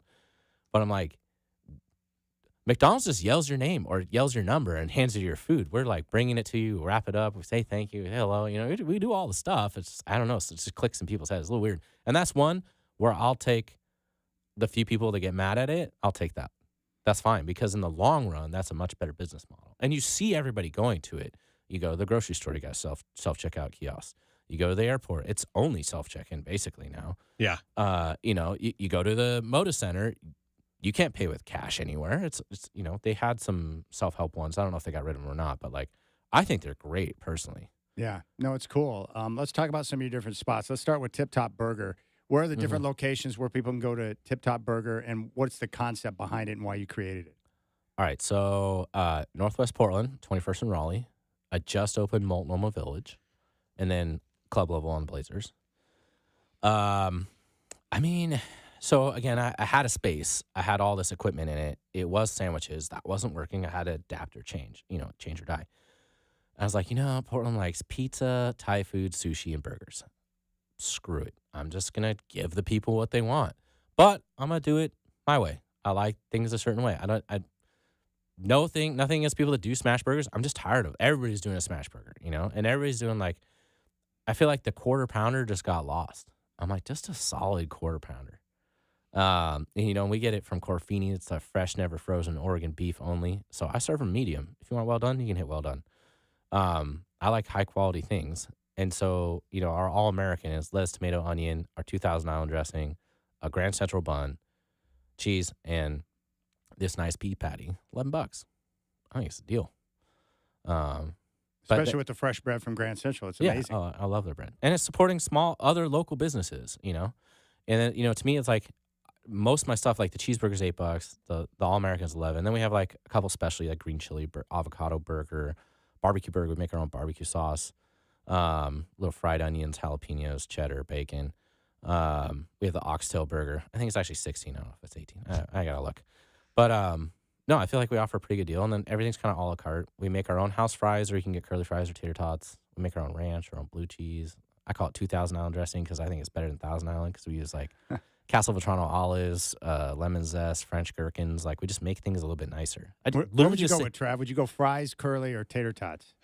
Well, so here's the thing: is I like curly fries, but if they're those aren't house made, right? Those are not house. The house punch fries are the yes. If they've got house made fries, and you get, I don't know, what are they, whatever the curly fries are that you get from wherever that yeah, I'm not making those. Yeah. They're the nicest ones you can buy, but right. Yeah, I'm gonna get the house made fries. Okay. Yeah, the house made fries are probably delicious. What's your favorite of that? Honestly, it's basically Stack Sandwich Shop with burgers. I just switched what the medium was. How are things going now that you made the switch to burgers? I think pretty well. Like, I'm pretty stoked on it. I mean, I call it 2.5 locations. It's easier to manage, it's a little simpler. But you don't realize how many things go into, like, if you have variety in your sandwich shop, like, it's not a sandwich shop that's like, that's the number 1, that's got salami and turkey, that's number 2, that's turkey and ham. If it's not one of those and you're trying to offer variety, it's like, oh my God, I have so much things I prep, so many little pickled things and this and that, and it's just like it's more consolidated. We have a saying, "Kiss, keep it simple, stupid," and I just wasn't listening to that, and then I was like, "Okay, I'm gonna listen to that." All right, what about Feel Good Restaurant? Feel Good. I started that in the pandemic. I just wanted something healthy. The burgers are embracing the darkness. I guess the Feel Good's the light. Just a couple. We have 4 like pre-made bowls that we curated that I think are really good, and then you can make your own. And we have just all these little fresh ingredients, like little pickled things, little roasted things, sautéed things, dried things. So we just try to get a variety of different flavors. And then we have one called the Smoky Roots, like smoked beets with like a poppy seed dressing. Oh, it's really good. So Yeah, I love bowls. yeah, I think they're bowls great. are probably right up there near my top number one in terms of things I like to consume. No, there you go. What about Mama Bird? Mama Bird, that's probably the flagship. I started that 6 months before COVID hit. That was Perfect timing. perfect timing. It started from my roommate and I had a chef buddy that was roommate with me at the time. We're like, there's nowhere to just go get chicken and vegetables. Just some good chicken and vegetables. Where do I go? We end up cooking it at home a lot. And I was like, I feel like this is a concept. And like I said, how do you make that so where someone's like, oh, you can just make chicken at home? Or I can go buy a Costco chicken for $7. So, okay, well, how to make that better? Oh, wood fire, duh. All right, here we go. And so we started out as a counter service with service, what I called it, and you could just get chicken. And we had a bunch of seasonal vegetables. We rotated constantly, made some sauces. And then COVID hit. And then counter service was fine for a while, but then everybody went counter service. Like when I did, it was kind of like not a lot of people were kind of doing that upper level counter service yet. And so then people start hating counter service. Like I just want someone to take my order. So I had to change. So I changed the menu now, and we're not chicken and vegetable anymore. We're not counter service. We have all the stuff you could expect at a regular restaurant off a wood fire grill. So that's kind of where we're at right now. So you talk about adapting and all the things that you have to do. Like how do you get your research? How do you pay attention to what it is that people are looking for to be able to adapt that way? Honestly, I just like read articles, look at numbers, just kind of assess the business, just look around, like what's busy, what's not busy, what are people trending towards. Like, I mean, my wife and I like to go out. I mean, I have a American Express Gold Card because I like to go eat out so much. It's 4 times points. I'm like, that's all I do is groceries and restaurants. Why would I not have that? So we go out a lot with that. And it's like, you can tell where people are leaning toward. I feel like right now, especially with inflation, they're willing to spend money, but they want to spend money where they're getting an experience. Like if it's already going to be $70 for 2 burritos and a guacamole and chips, why not spend $150 and go get, the full experience? Yeah. So to me, that's where I'm reading where people are going right now. It's like they're going either low as possible, or if I'm going to go, I'm going to go. How do you divide up your time from the different spots? I do what I plan, and then there's what the universe plans. Yeah. So it's usually putting out whatever fire. I'm always leery when there's like a day or two where I'm like, nobody's calling me. It's some sort of emergency. Like a month ago, first Mama got his door broken, and then literally 2 days later, they broke into my burger shop and smashed the doors, like literally back to back. So they just came and fixed it, and they did both doors on the same day. 2 different businesses, and they're like, can we just come do both at once? I was like, yeah, sure, knock it out. But yeah, I try to, like, we opened Multnomah Village. Okay, I need to focus here for a month. Hey, you guys got to figure it out. You can do it. Get that running, get that smooth, and then it's just kind of like, all right, now analyze my businesses, and that's when you start getting to be an owner again, and just kind of like look at everything, look at the numbers, look at what's happening, what's trending, where can I improve. That's awesome. Gabriel Pascuzzi's in studio right now. We'll have more with him when we come back. And then Sean Hyken's coming up at 5:20. You got the Rip City Drive.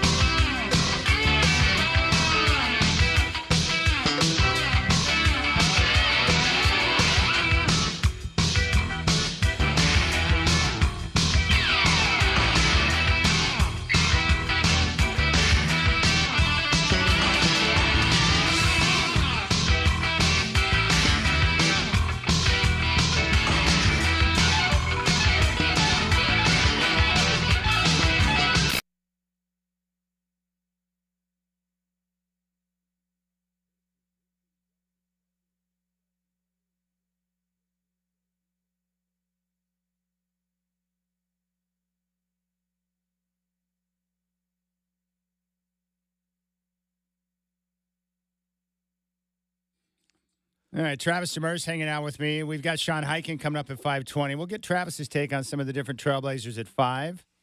And we have a pair of tickets to give away for the Blazers and Nuggets coming up at 5. Gabriel Pascuzzi's in studio right now, chef, and we're talking some food. How did the Top Chef experience come to be? I think you were on season 18, which is awesome. Yeah, it was funny. I was on season 18 for Beat Bobby Flay and season 18 for Top Chef. That's your and number, my baby. birthday is July 18th. Wow. So 18's a lucky number for you. 18's a lucky number for me. That was crazy. You have to fill out this like 27-page application, and they want to know your life. You got to send them pictures. You got to be. I mean, I kind of touched on the overweight thing with them, and I don't really talked about it before, like as much. Like it didn't bother me, but like I got choked up and like a little bit, and like all the people interviewing me were crying. Like they're all just crying. Just like, so I think that kind of got me in. But it was Portland based, and so I think they were kind of looking at me for the hometown chef. But it's funny is when I worked for Tom in New York, they tell you can never be on Top Chef. Just FYI. And at the time, I was like, cool, whatever, I don't care. I'm just trying to work at a nice restaurant. But then I started to notice, I think a few seasons before mine, they started kind of changing the rules, having people come back and all that stuff. So I think it opened the door for people that worked for him. And I think I was actually the first person that had worked for Tom on the show. Maybe wrong, but I'm pretty sure I was. So that was kind of interesting. But yeah, it was fun. I wish it wasn't COVID though, because that kind of ruined it. When you're in that situation, you're doing something that you know how to do. I mean, this is your wheelhouse, right? And Right. But now there's a different kind of pressure because people can see what you're doing, they can see how you're doing it. There's a competition. Potentially millions of people can see you. So how much pressure was there, or were you able to just kind of do your thing? I think the initial pressure is don't get sent home first. That's rule number one. And it's always a bummer for who has to, but somebody's got to do it, right? And the thing that people don't realize is everybody on Top Chef is a good chef. There's no bad chefs on Top Chef. There are chefs that understand how to cook in the time constraints and can compete cooking, and there's chefs that are good chefs not competing. And I think you'll see that sometimes. So like there's, they just mistime themselves or just aren't as competitive or don't understand the switch. It doesn't click for them. How hard was the time restraints for you? I mean, did you look at us? We were sweating. That was the biggest kitchen they'd ever done. I was doing laps. Like I was out of breath and like pink faced half the time when we were done shooting. Like when they say go, that is not. You do one quick like shoot of like, okay, everybody act like they're running, and they get that like 1 or 2 times, and then it's like go, you're going. Like that clock starts, and there's no TV magic happening there. Like you are truly cooking in the time limit for sure. So what we saw, the stress, the sweat, like that's all legit then. Oh yeah, 100%. I what's funny is like I would do the interviews, like you do the green screen afterwards, and they're like, you just look like you're having a great time. Like when I'm cooking, I'm having a great time. It's once you get done and your like mind slows down, you're like, whoa, like I just did a 8-hour cook and just high on adrenaline the whole time. Now, Beat Bobby Flay, that was your first time doing food television? Yeah, first time. Yeah. How was that? I love that show. I like the format. It's fun to watch. Big learning curve. That one was it's kind of that helped me a lot going into Top Chef because when you're in fine dining, there's things you get judged for. You call it a hack, shoemaker, or whatever. If you cut corners, if you do certain things like you put shallots in a Robocoup, you're a hack. You put garlic in a Robocoup, you're a hack. You don't peel garlic with a paring knife and you smash it, you're a hack. There's lots of things like that you just get judged on. All that's out the window when you're cooking on a show. You do whatever you can. You cut every corner. You do whatever you got to do to get that food on the plate. And that's really what they're trying to do is take you out of your comfort zone to have you in that situation, right? Oh, for sure. So as soon as I kind of picked up on that, that's when I was like, oh, okay. All right, I get it now. But yeah, you're always coming down to the crunch. It's always like it's a battle with your ego of like, how much can I do without screwing myself? Yeah. So how cool was Bobby? I mean, pretty couldn't tell you. Okay. pretty like, he's doing I think they do like 4 shows a day. Oh my goodness. Oh, so he's just like an animal. He's just going. He's just going like going. Hey, how's it going? Like, yeah, he's just it's work for him. I mean, I was there for 14 hours. And then you do the actual cook, and then you got 2 rounds, and then afterwards, just like ton of green screen time of like getting sound bites and video bites and stuff like that. And then you can hear him talking in the room next to you, and he's going right back on stage. Like he just gets them done. He knocks them out.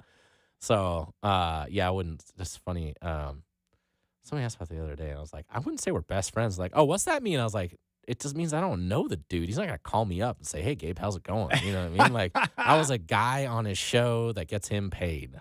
I didn't get any money for it, so that would have been nice. But I think I know what you're saying now about the pandemic when you're on, Top Chef. Is that my guess is normally just like when Diners, Drive-Ins, and Dives comes to visit, you normally get, people that want to come and visit the restaurant because.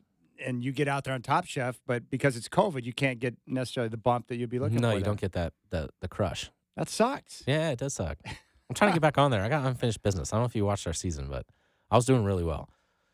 I think you're good enough to win that show now. And if you had a chance to go back again, you'd probably nail it. Yeah, I think. I mean, I thought that year I was doing really well. I got caught by a double elimination of. I would be fine if I went home for my own food. I'll own that 100% of the time, all day long. And I want to beat somebody. I want them putting their best food against me. I don't want someone like forgetting something or like not finishing a plate. I want your best, my best. Let's see who wins. But when I get sent home because of somebody else's or like something I didn't control, it's a little frustrating. Yeah. So that's pretty sweet, man. It was fun. I mean, I'm competitive. I like sports. That's why we're on here. Like, big Blazer fan, big Ducks fan. I played lacrosse, lacrosse, basketball. Did you play lacrosse, Trav?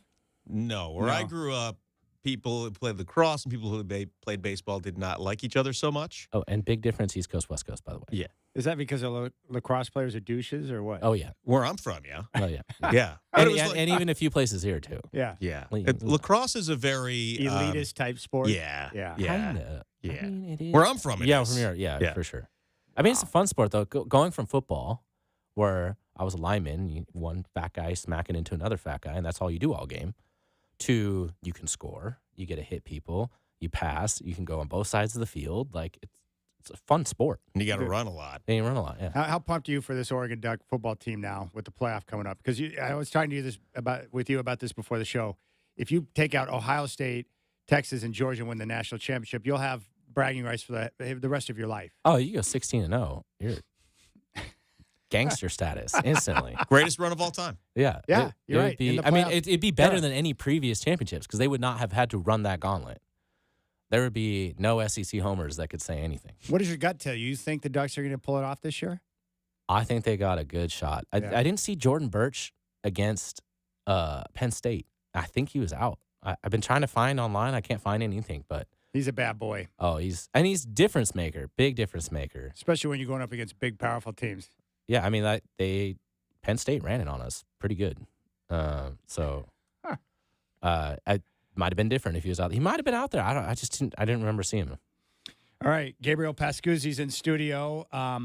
You're awesome, man. I'm so glad we had a chance to catch up. Thanks, appreciate that. We got to do this again. Yeah. Are we done? We're done. Time? This All is right. the end. Tip Top Burger. We didn't get to talk much about sports. I know, not enough. Section 218 on the club level, is that correct? Oh, God, I don't know. I think it's 218. Club level, check it out. Tip It's a Top big Burger. circle. Walk around. Yeah. You'll find it. All right. Gabriel Pascuzzi in studio. We'll come back. It's Trailblazer Ticket Tuesday. Nuggets, Blazers tickets on the line.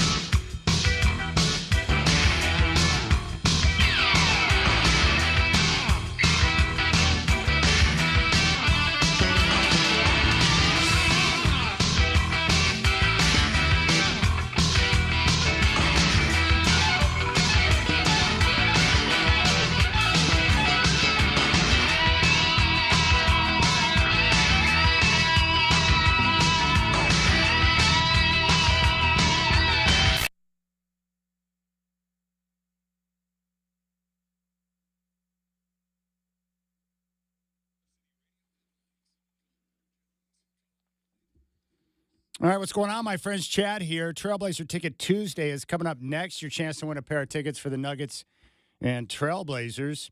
Sean Highkin will join us at 5:20. He's reporting that Donovan Klingen's return is close, ramping up his work in practice. Listed day-to-day, he could play Friday against the Spurs. That game will tip at 7. Travis Demers will have the call. And Chris Burkhardt will have Blazers game day starting at 5 here in your home of the Blazers, 620 Rip City Radio. Steelers and Eagles will meet up as division leaders on Sunday. Pittsburgh likely to be without their star wideout, George Pickens. Army and Navy kickoff Saturday at noon on CBS. The Cadets are favored by 6.5. Travis Demers is with me in studio. Sean Highkin at 5:20. More of the Rip City Drive coming at you right now.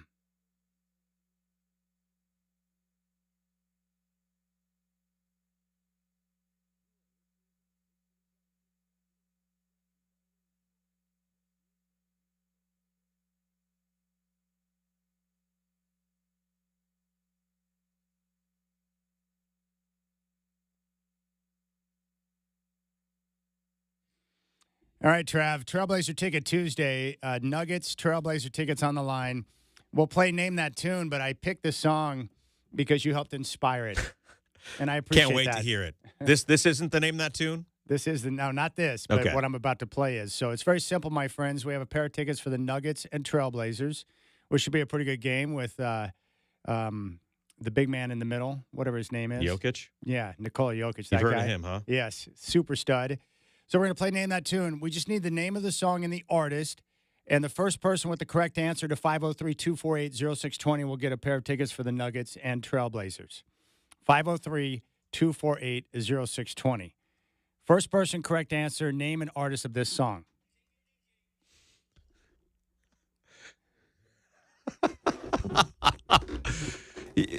Shaq just chimed in our ears, and he said that no one's going to know the artist. I'm kind of with him on that, but I know it's going to be hard, but I get criticized when it's too hard, and I get criticized when it's not hard enough. here's the thing. If you know the song, it'll take 2 seconds to look it up. All right, 503-248-0620. If not, we'll change it and go with another one, but I like that. It's a Now, good this one. is a song, would you say this is more regionally based? I didn't realize that till I moved out here 20-plus years ago. But, yeah, where I grew up, you heard it every year. But, every time I do this, and if someone's like, I don't think someone's going to get that, then someone ends up getting it. It's Yeah. amazing how that works. All right, name that tune. It's such a great song. And my kids know the words, as they should. All right, 503-248-0620. Anybody calling in yet? No, we have one call, and we'll see if they're able to get it right. I knew it was going to be tough. I know it was a little bit dicey with this one here. First person correct answer. 503-248-0620. All right, let's go out to the phones, and we'll see what we have here. Let's bring on Brian. Brian, welcome to the Rip City Drive with Travis and Chad. Are you ready to play Name That Tune? Let's go. All right, take a listen to this clip right here. All right, what is the name and artist of that song? That is Dominic the Donkey by Lou Monty. Yes! Yes.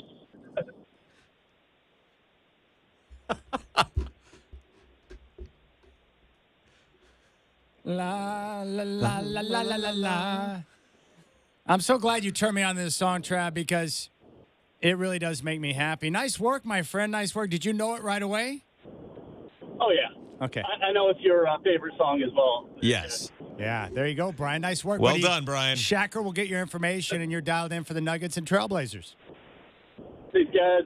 Appreciate it. See, I didn't know the song until you turned me on to it, but now, like, Kaylee loves it, and I played it. It's a very, Kids it's a very love it. festive, happy song. Kids love it, yeah. Hee-haw, hee-haw. Your boys love it, too, right? Oh, yeah. They know all the words. Ah, nice work. All right, Trailblazers.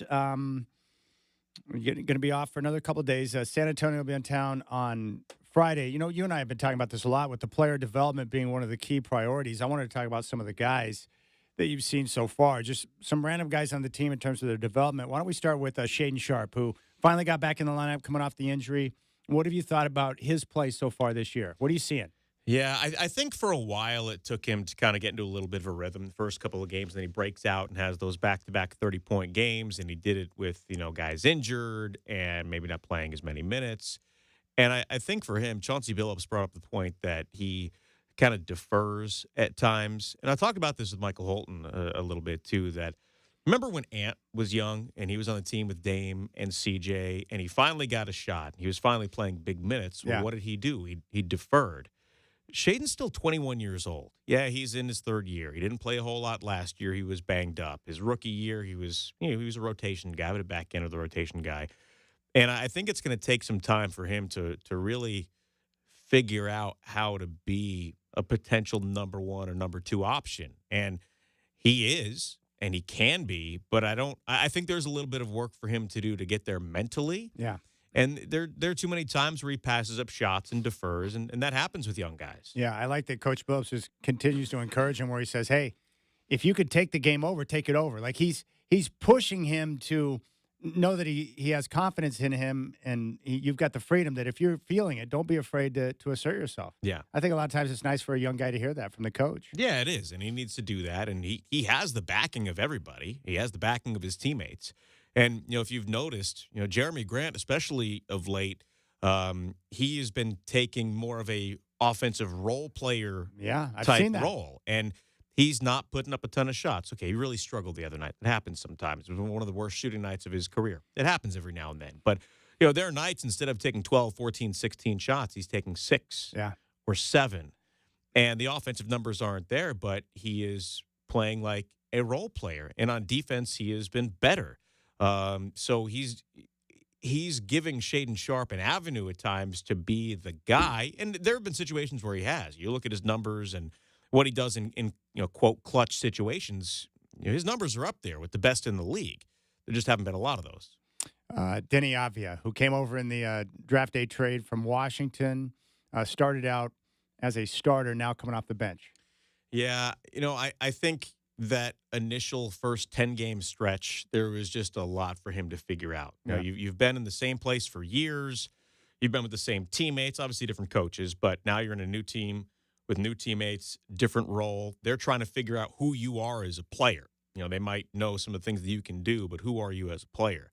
When he finally figured it out, to me, he's been as impressive as anybody on that team. He can do a little bit of everything.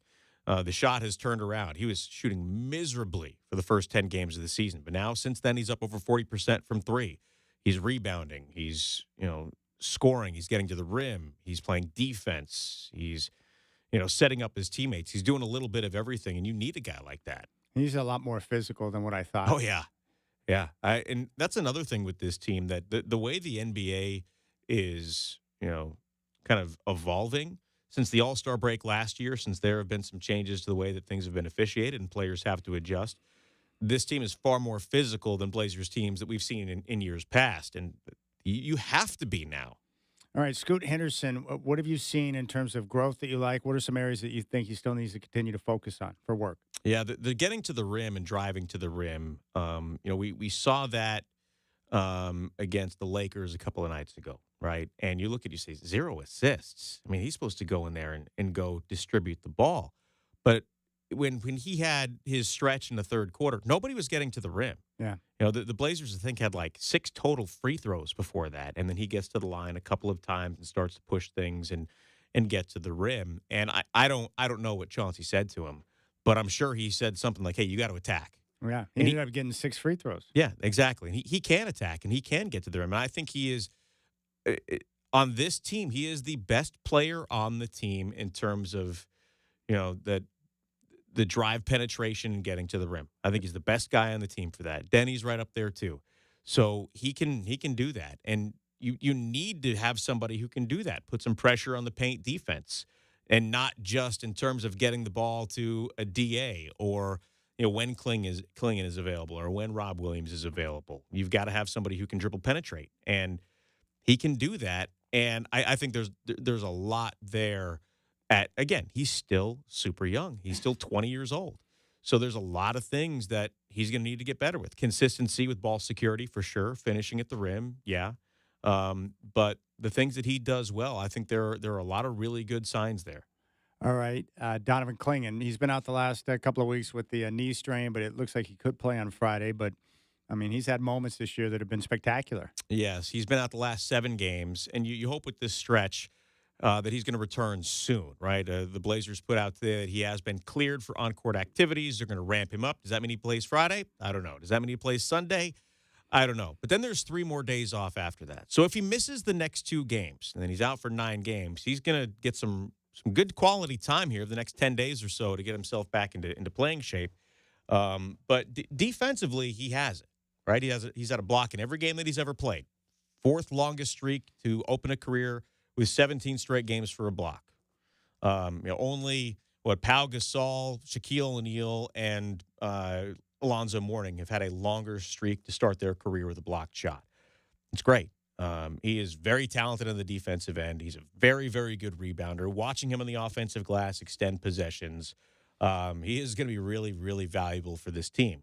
His offensive game is where he needs the most work, but that's exactly what we expected from him. Yeah, man. You know what's cool, too, is the work ethic he brings from the program he was at UConn, but also you can tell that his teammates respect him for being a young guy. Yeah, they do. And he's tough. He's physical. He's all those things that you would want. All right. Travis and I are holding our glasses. The Blazers have a commemorative glass series this year. The first one was Donovan Clingan on the night when he had 17 rebounds, 5 blocks, 12 points.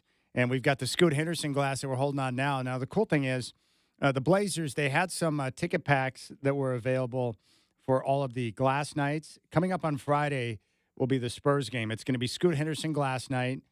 These glasses are spectacular. The ticket packs have been sold, but there's still tickets available for the game on Friday. So if you go to trailblazer.com/tickets, you can get your single game tickets for Friday. And if you're one of the first 7,777 fans, you can get your hands on a Scoot Henderson glass. But these are dope, man. Yeah, they are. Do you have any of the last round of glasses? I have all the glasses, including the 2 this year. Okay. Mark, my man Mark from the East Side, he supplied me. I had a few, but he supplied me with the entire set. So I've got all the glasses from the past. Yeah, I have from the last set. I have Dame and Rolo. I don't know what happened to the Batum glass or the West glass, but my Aldridge glass broke. That's unfortunate. One of my kids broke that. And from the original set, I think I have Clyde and TP. Yeah, that's great. Yeah, I love the Dairy Queen glasses when they came out.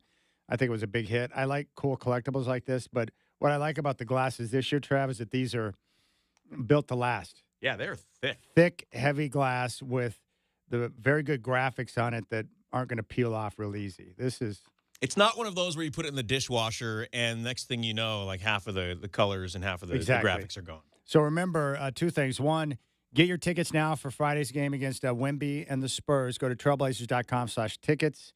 If you're one of the first 7,777 fans, you can get yourself a Scoot glass. And then, of course, the Trailblazers, today is day number 2 of their 12 Days of Christmas, where you can enter to win great prizes. They had a great prize pack today and yesterday. Today involves a massive television. Just go to trailblazers.com/12days, and you can enter to win each and every day until you are a winner. So jump on that. When we come back, Trav and I will talk with our Trailblazers insider, Sean Highkin from Rose Garden Report, and get his take on the latest with Donovan Clingan. That's up next.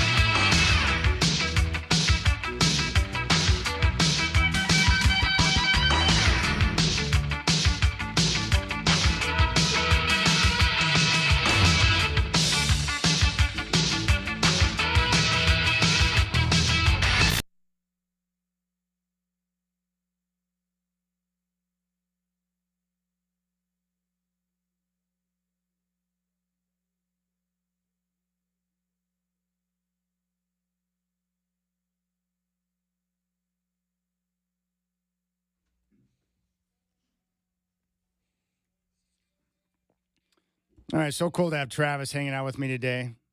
Hi, Chad. Hi, Travis. Very nice to have you in studio. And joining us right now is our Trailblazers insider, Sean Highkin from Rose Garden Report. You can follow him on social at Highkin. So, Sean, you had a chance to break a little news today. What's the latest with Donovan Clingan? I didn't break the news; the team did. But Donovan Clingan is on track, possibly to play on Friday against San Antonio. The team announced this morning that he was going to be considered day-to-day moving forward, and he was cleared for on-court activity. And then today at practice, Chauncey said that he did just about everything at practice, and that, barring a setback, he's pretty optimistic that he's going to be able to go on Friday. So that's definitely some good news. It's been a little over 2 weeks since Clingan played, and he's missed the last 7 games. So this is definitely a welcome bit of news for the Blazers. Yeah, Sean, when I didn't hear what Chauncey said today because I've been in here with Chad, but saying that he's getting close is nice because this team really needs him. And you think about the issue this team has had with size over the last couple of weeks with him out, and DA missed time, and Rob is still out. How much of those guys being out do you think has contributed to some of these struggles on defense over the last couple of weeks? I don't think it's helped. I mean, you saw how impactful both of those two guys were. Yeah. When they were out there, and just in 2 games in a row, Donovan gets hurt in the Houston game, and then the next game Rob gets his concussion, and he's been out ever since then. And so since then it's like, okay, DeAndre Ayton came back, but you're running Jabari Walker at a small ball 5. They've even tried like some Denny Avdia stuff at small ball 5, where it's pretty funny. They go into the season with everybody talking about how they have this logjam at center. They're going to have to trade somebody, and then now it turns out that's actually one of their weak points because of all these injuries. But it seems like both of those guys are going to be back pretty soon, so that's good. Hey, Sean, what have you been able to gather from the coach and the players in terms of this break? 4 days off, which is a rarity at this point in time in the season, but a chance for them to look at some video, do a little bit of work at practice, and tighten some things up. How are they utilizing the time? Well, they've just had so many games crammed into such a small amount of time that and I guess it's like this for every team because the NBA is kind of trying to, with tonight being the first of tonight and tomorrow being the Cup, and then around that they have kind of that those dates that they aren't going to have any other games, that like teams are kind of getting this extended break. So they didn't do any – I don't think they practiced yesterday, or at least if they did, they didn't have media availability. So I'm going to guess that was probably a blackout day, which Chauncey has talked about before. They're, if they've gone through a pretty rough stretch, he'll especially if it's after a back-to-back or after a long road trip or something, Chauncey will, tell guys don't even come to the practice facility, don't even show up, and just get away from everything for a day. So I think they did that yesterday, but – now they have 3 full days to, they went today, they're going to go tomorrow, they're going to go Thursday, and it's just a chance to reset, and it's a chance to just kind of, take a break and just kind of get healthy, which you're starting to see now with this news about Clingan, and just kind of reset some things. What about Robert Williams? What's the latest on him?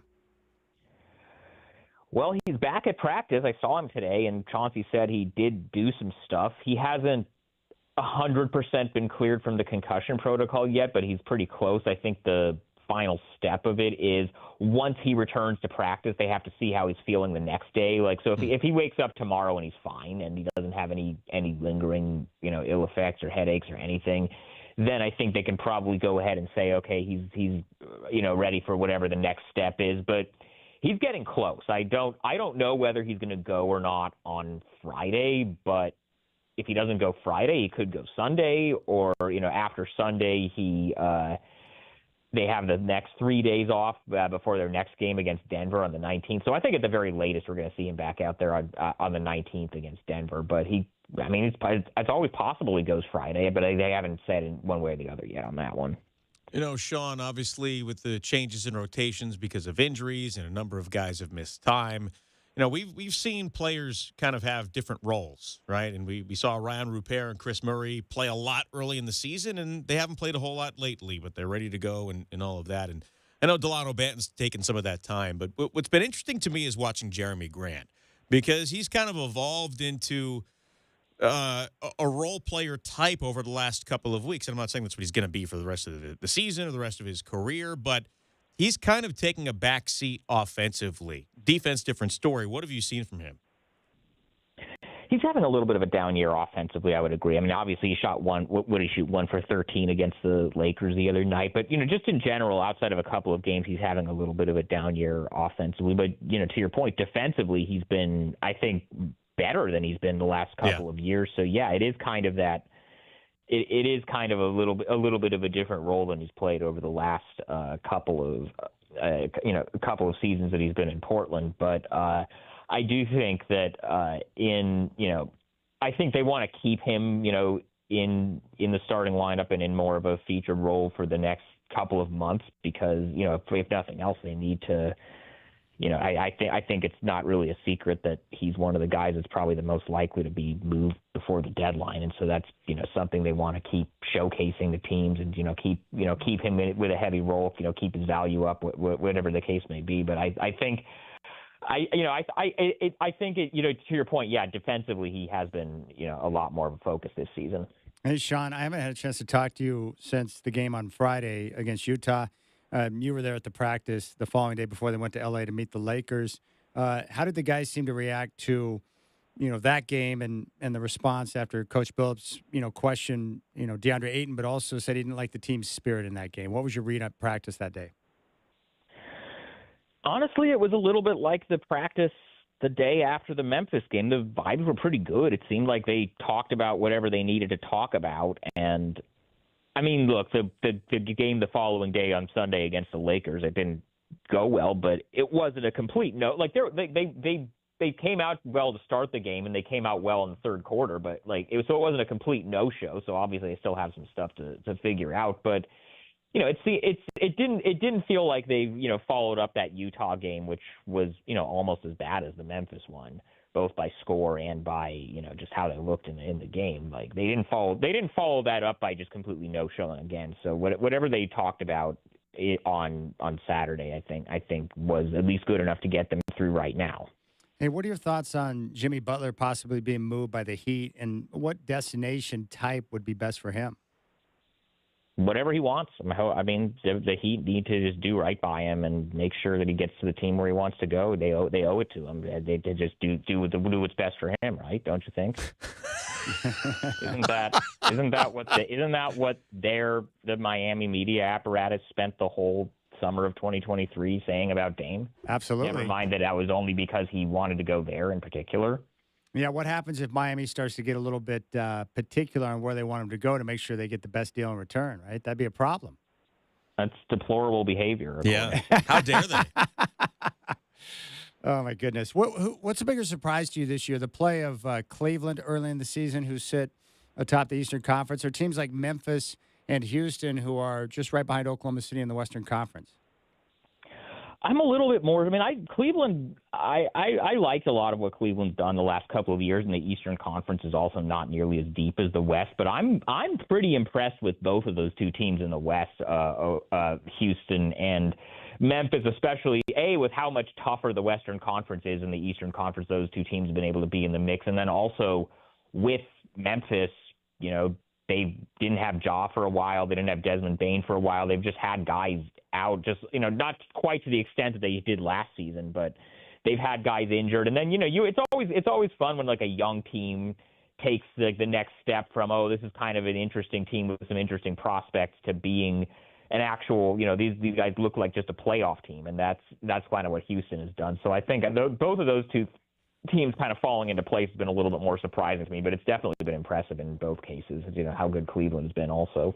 With that, Sean, you look at the top of the West, and you've got Oklahoma City, Memphis, and Houston, like you mentioned. But, the teams that we expected, some of the teams, we expected Oklahoma City to be there. But Phoenix, Minnesota, they're at the bottom of the play-in right now. Golden State's playing pretty well, so is Dallas. But, Denver, they're not in the top 6 right now. Are you concerned about some of those teams?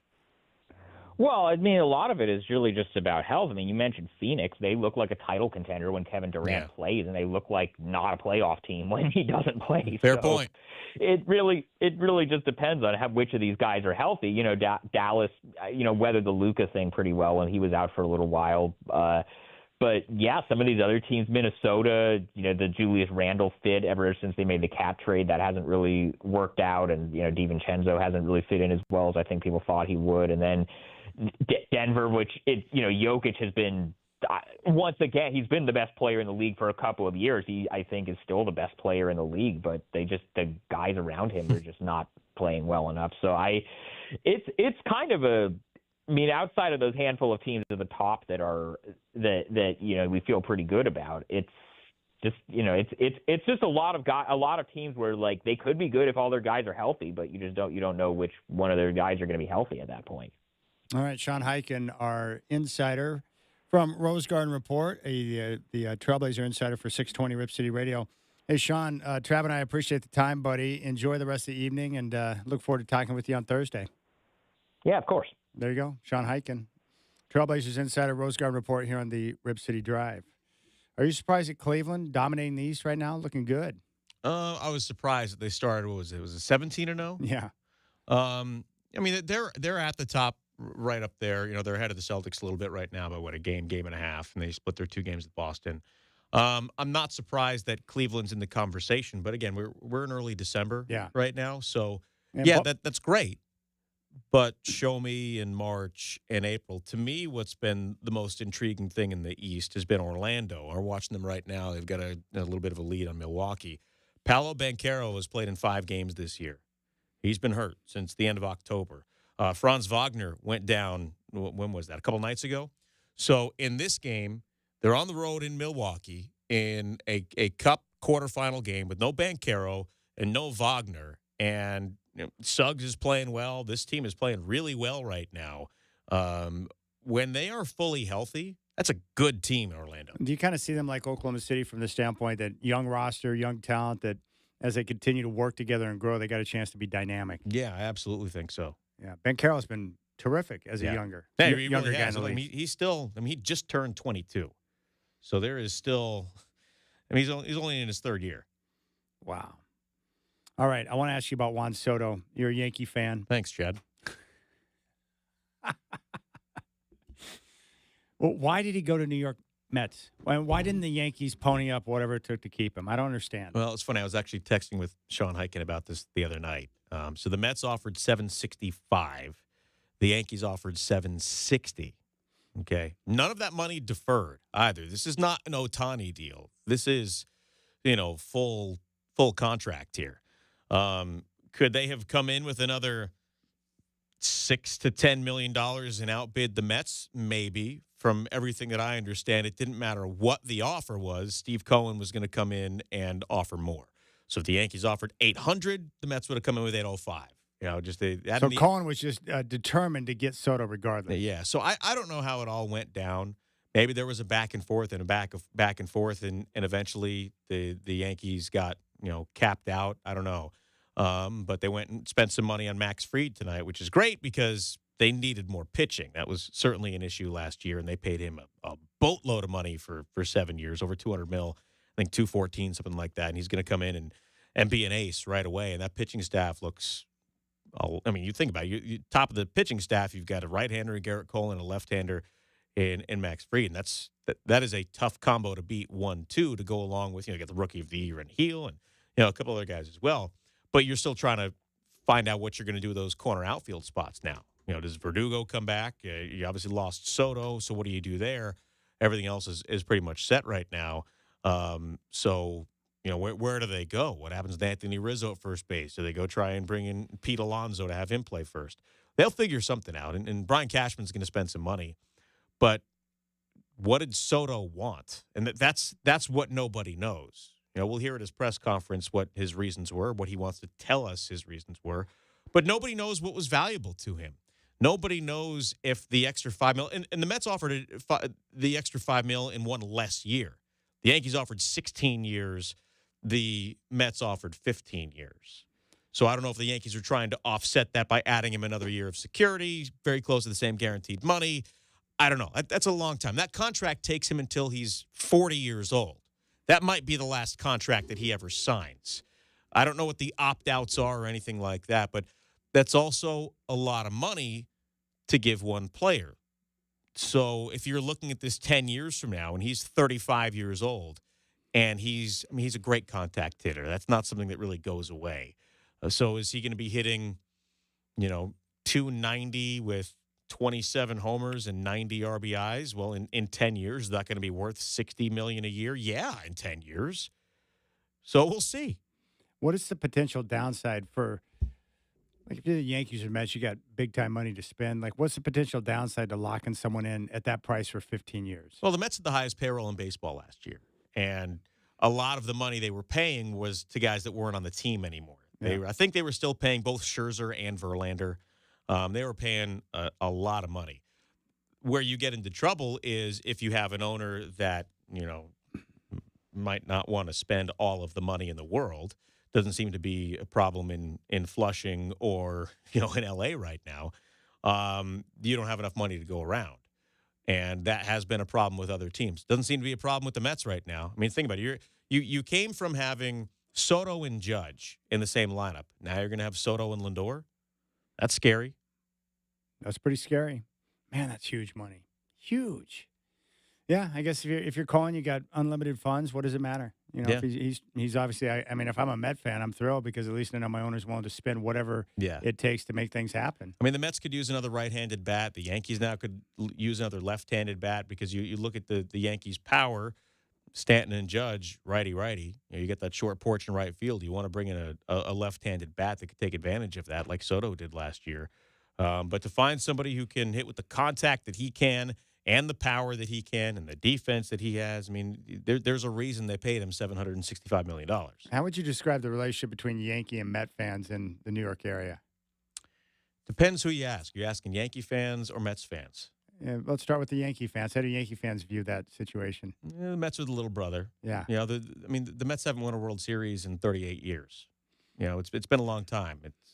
They've been to a World Series more recently than the Yankees had. Well, actually, no, the Yankees went this year. What am I talking about? Yeah. Before this year, they had been to a World Series more recently than the Yankees had. Is that when they played the Royals? Yeah. In 2015, they lost to Kansas City in 5 games.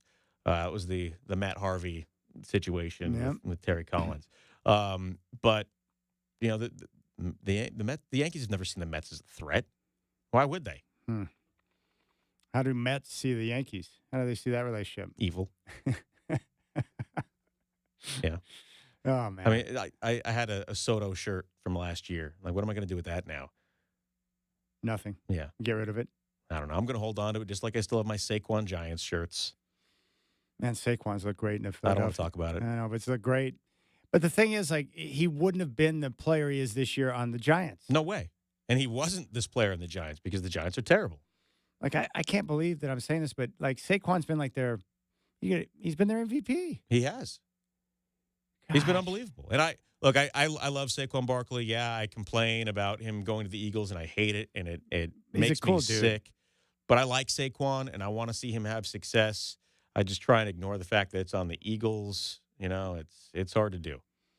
You think Brian Daboll survives after this year? Yeah, man. I don't know how. Hard to imagine he's going to be back. I don't know how he does, man. I wonder if the Giants could lure Bill Belichick. Have you heard him talk about his? I thought he was going to North Carolina. No, take a listen to this. Pat McAfee. This is Belichick. I thought it was crazy until I heard Belichick give this explanation. But take a listen to him talking about a potential job in college football. Let me put this in capital letters. If. Yeah. IF. If I was in a college program, the college program would be a pipeline to the NFL for the players that had the ability to play in the NFL. It would be a professional program, training, nutrition, scheme, coaching, techniques that would transfer to the NFL. It would be an NFL program at a college level and an education that would get the players ready for their career after football, whether that was the end of their college career or at the end of their pro career. But it would be, geared toward, developing the player, time management, discipline, structure, and all that would be life skills, regardless of whether they're in the NFL or in somewhere in business. And I feel very confident that I have the contacts in the National Football League to pave the way for those players that would have the ability to have the opportunity to compete in the National Football League. Whether they're good enough or not, I don't know, but they would be ready for it. I don't have any doubt about that. So that would be the first comment that I would make. Relative to the structure of the program, it would be an NFL program, but not at the NFL level.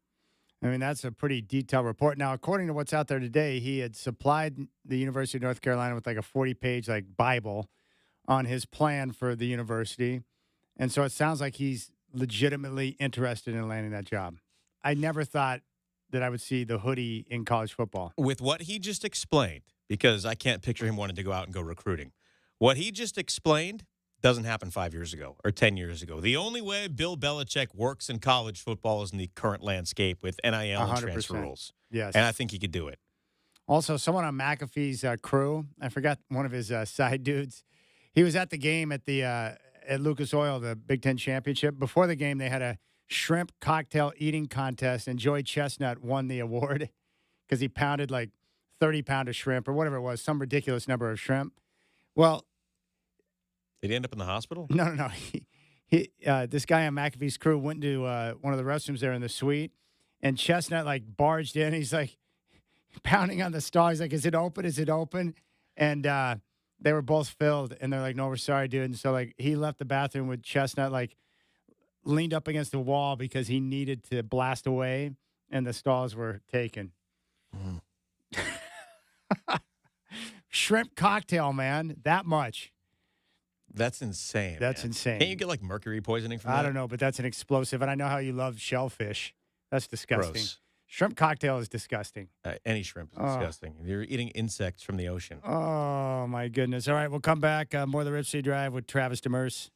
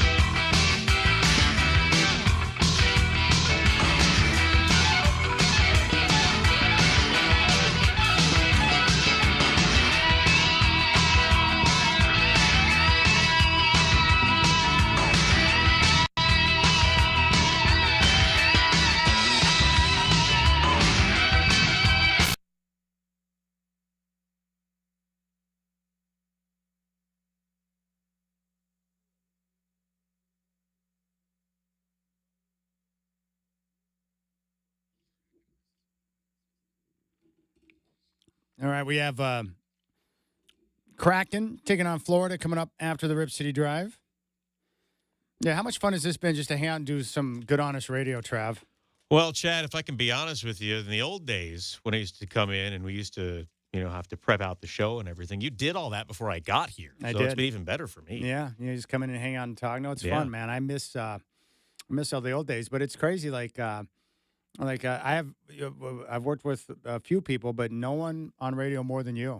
I feel like you and Shaq are like my family now. So I see Shacker all the time, and he's still the same Shacker. Yeah, I still see you more than my family right now. I know. Yeah, that's true.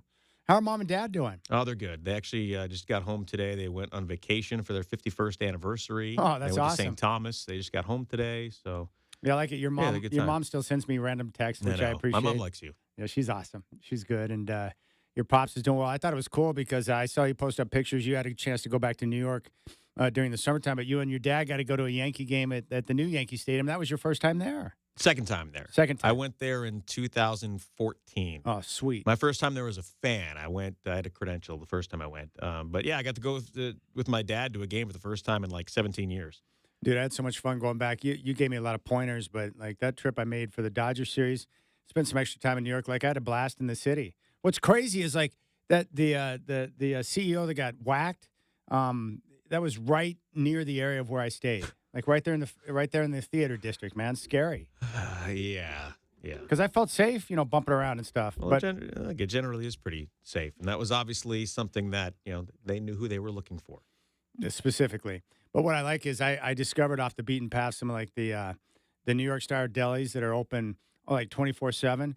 So there were a couple of nights after the Dodger Yankee game where I get back to my hotel and head off down the street and go find one of the delis, and they got like they would make your sandwiches to order right there on the spot. Always, yeah. Or they got the bagels. I had some great bagels when I was there, but I still love have some in the freezer from the last time I was in New York. and it's so good. But what I love is I love having access to the deli because they get everything you need is right in one of they got, if you need something to drink, they got the beverages there.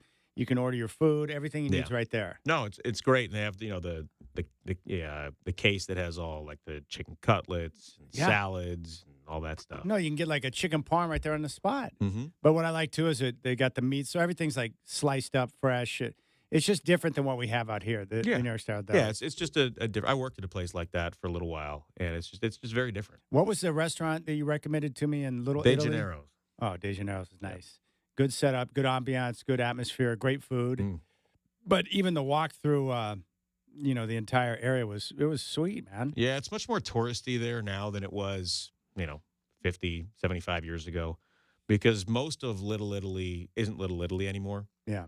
Like a lot of it's Chinatown now, and Little Italy doesn't have the same population of people living there. It's much more like commercial now, but it's still a good place to go eat. I like cities that are very walkable, but the subway is very easy to use. So like getting to and from the stadium or around town, different parts of town, like the subways, it's not complicated.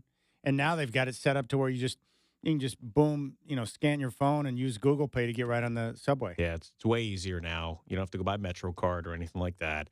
And it helps that all the streets are numbered. Yeah. Yeah, it's very easy to find. So I just had a blast, and the weather was good when I was there. But I just like, I like the food options. I like the people. Like it's a good vibe there. I wouldn't want to live in that type of massive humanity. I would not either. It's too much, man. But the MLB store there, like I wished you were there with me when I was, because I discovered that MLB shop in New York. It's unbelievable. 2 levels of all the different types of gear you could possibly want. Oh, you've got it on right now. I'm wearing one of the shirts you got. MLB NYC, yeah. Dude, that store is awesome. It'd be perfect for you because they got a bunch of Yankee gear there, but a lot of different stuff. Like I like having access to that kind of stuff. And the other one you got me, that's one of the most comfortable shirts I've ever owned. Just like the Yankees one. Oh yeah, the Yankee one's nice. Yeah, you said you had a Dodgers one just like it? Yeah. Yep, I love the Dodgers shirt, and then I got you that. I like the. I forgot the numbers on it, but I got you the coffee mug that has the exact train line up to Yankee Stadium. Yep, dude, that's cool. The Yankee Stadium's nice, and then right behind it, they've got that like it's almost like a city park, but they got the ballpark there. So when I was going up to the game, there were families and stuff hanging out there, and just the kids playing and stuff. Now, you've been to Citi Field, right? But not for a game. I went for a concert. Yeah, but well, this is not a surprise, but But, in Flushing is not the nicest part of town for what I could tell. But I'm not joking, like literally right outside the stadium, when I left the concert, they got like hubcap stores. It's like these ghetto catalytic converter stores. Yeah. You need like a battery. It's like this real like shady area right next to the stadium. The stadium is spectacular, but the whole area that it's in is very how would you describe that area? It's not nice. Yeah, it's not a place I would want to spend a whole lot of time unless I was going to a Mets game. And I used to go to Mets games all the time at Shea when I was a kid. How cool and a was teenager. Shea? It was a dump. It was disgusting. Was but I Shea loved in the it. same area? It was right next to where Citi Field is. Okay. Yep. Yeah, but the stadium was old. It was, when did it open? 64? Yeah, it opened in 64 because the Beatles played their 64 show there. Oh. When they played their big show in 64, it was at Shea. And the Jets used to play at Shea, right? They did. The Jets played at Shea Stadium. The Giants played at Yankee Stadium until they built Giant Stadium in the late 70s. Did you go? Have you been to games at Giant Stadium? Oh, yeah. And that was in the Meadowlands, right? Yeah, right next to where MetLife is right now. Oh.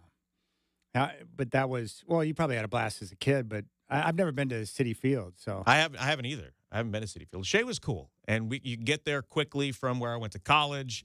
It was cheap, and the Mets were still pretty good then, too. All right, that's going to do it for us. Big thanks to Gabriel Pascuzzi for coming in the studio, Sean Hyken for joining the show. It's a great name. Great name.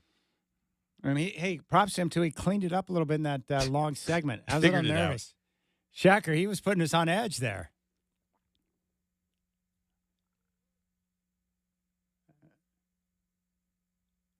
Oh, I still had it set for his mic. Yeah, we kept the dump button busy, but hey, at least the dump button works. Thank you, Joseph. We appreciate that. All right, Trav, thanks for coming by, brother. Thanks for having me, man. That was fun. All right, Trav's going to be on the call for Friday night's game. San Antonio will be in town. That tip-off will be at 7. Rip City Drive is back with you tomorrow at 3 here on your home of the Blazers, 620 Rip City Radio.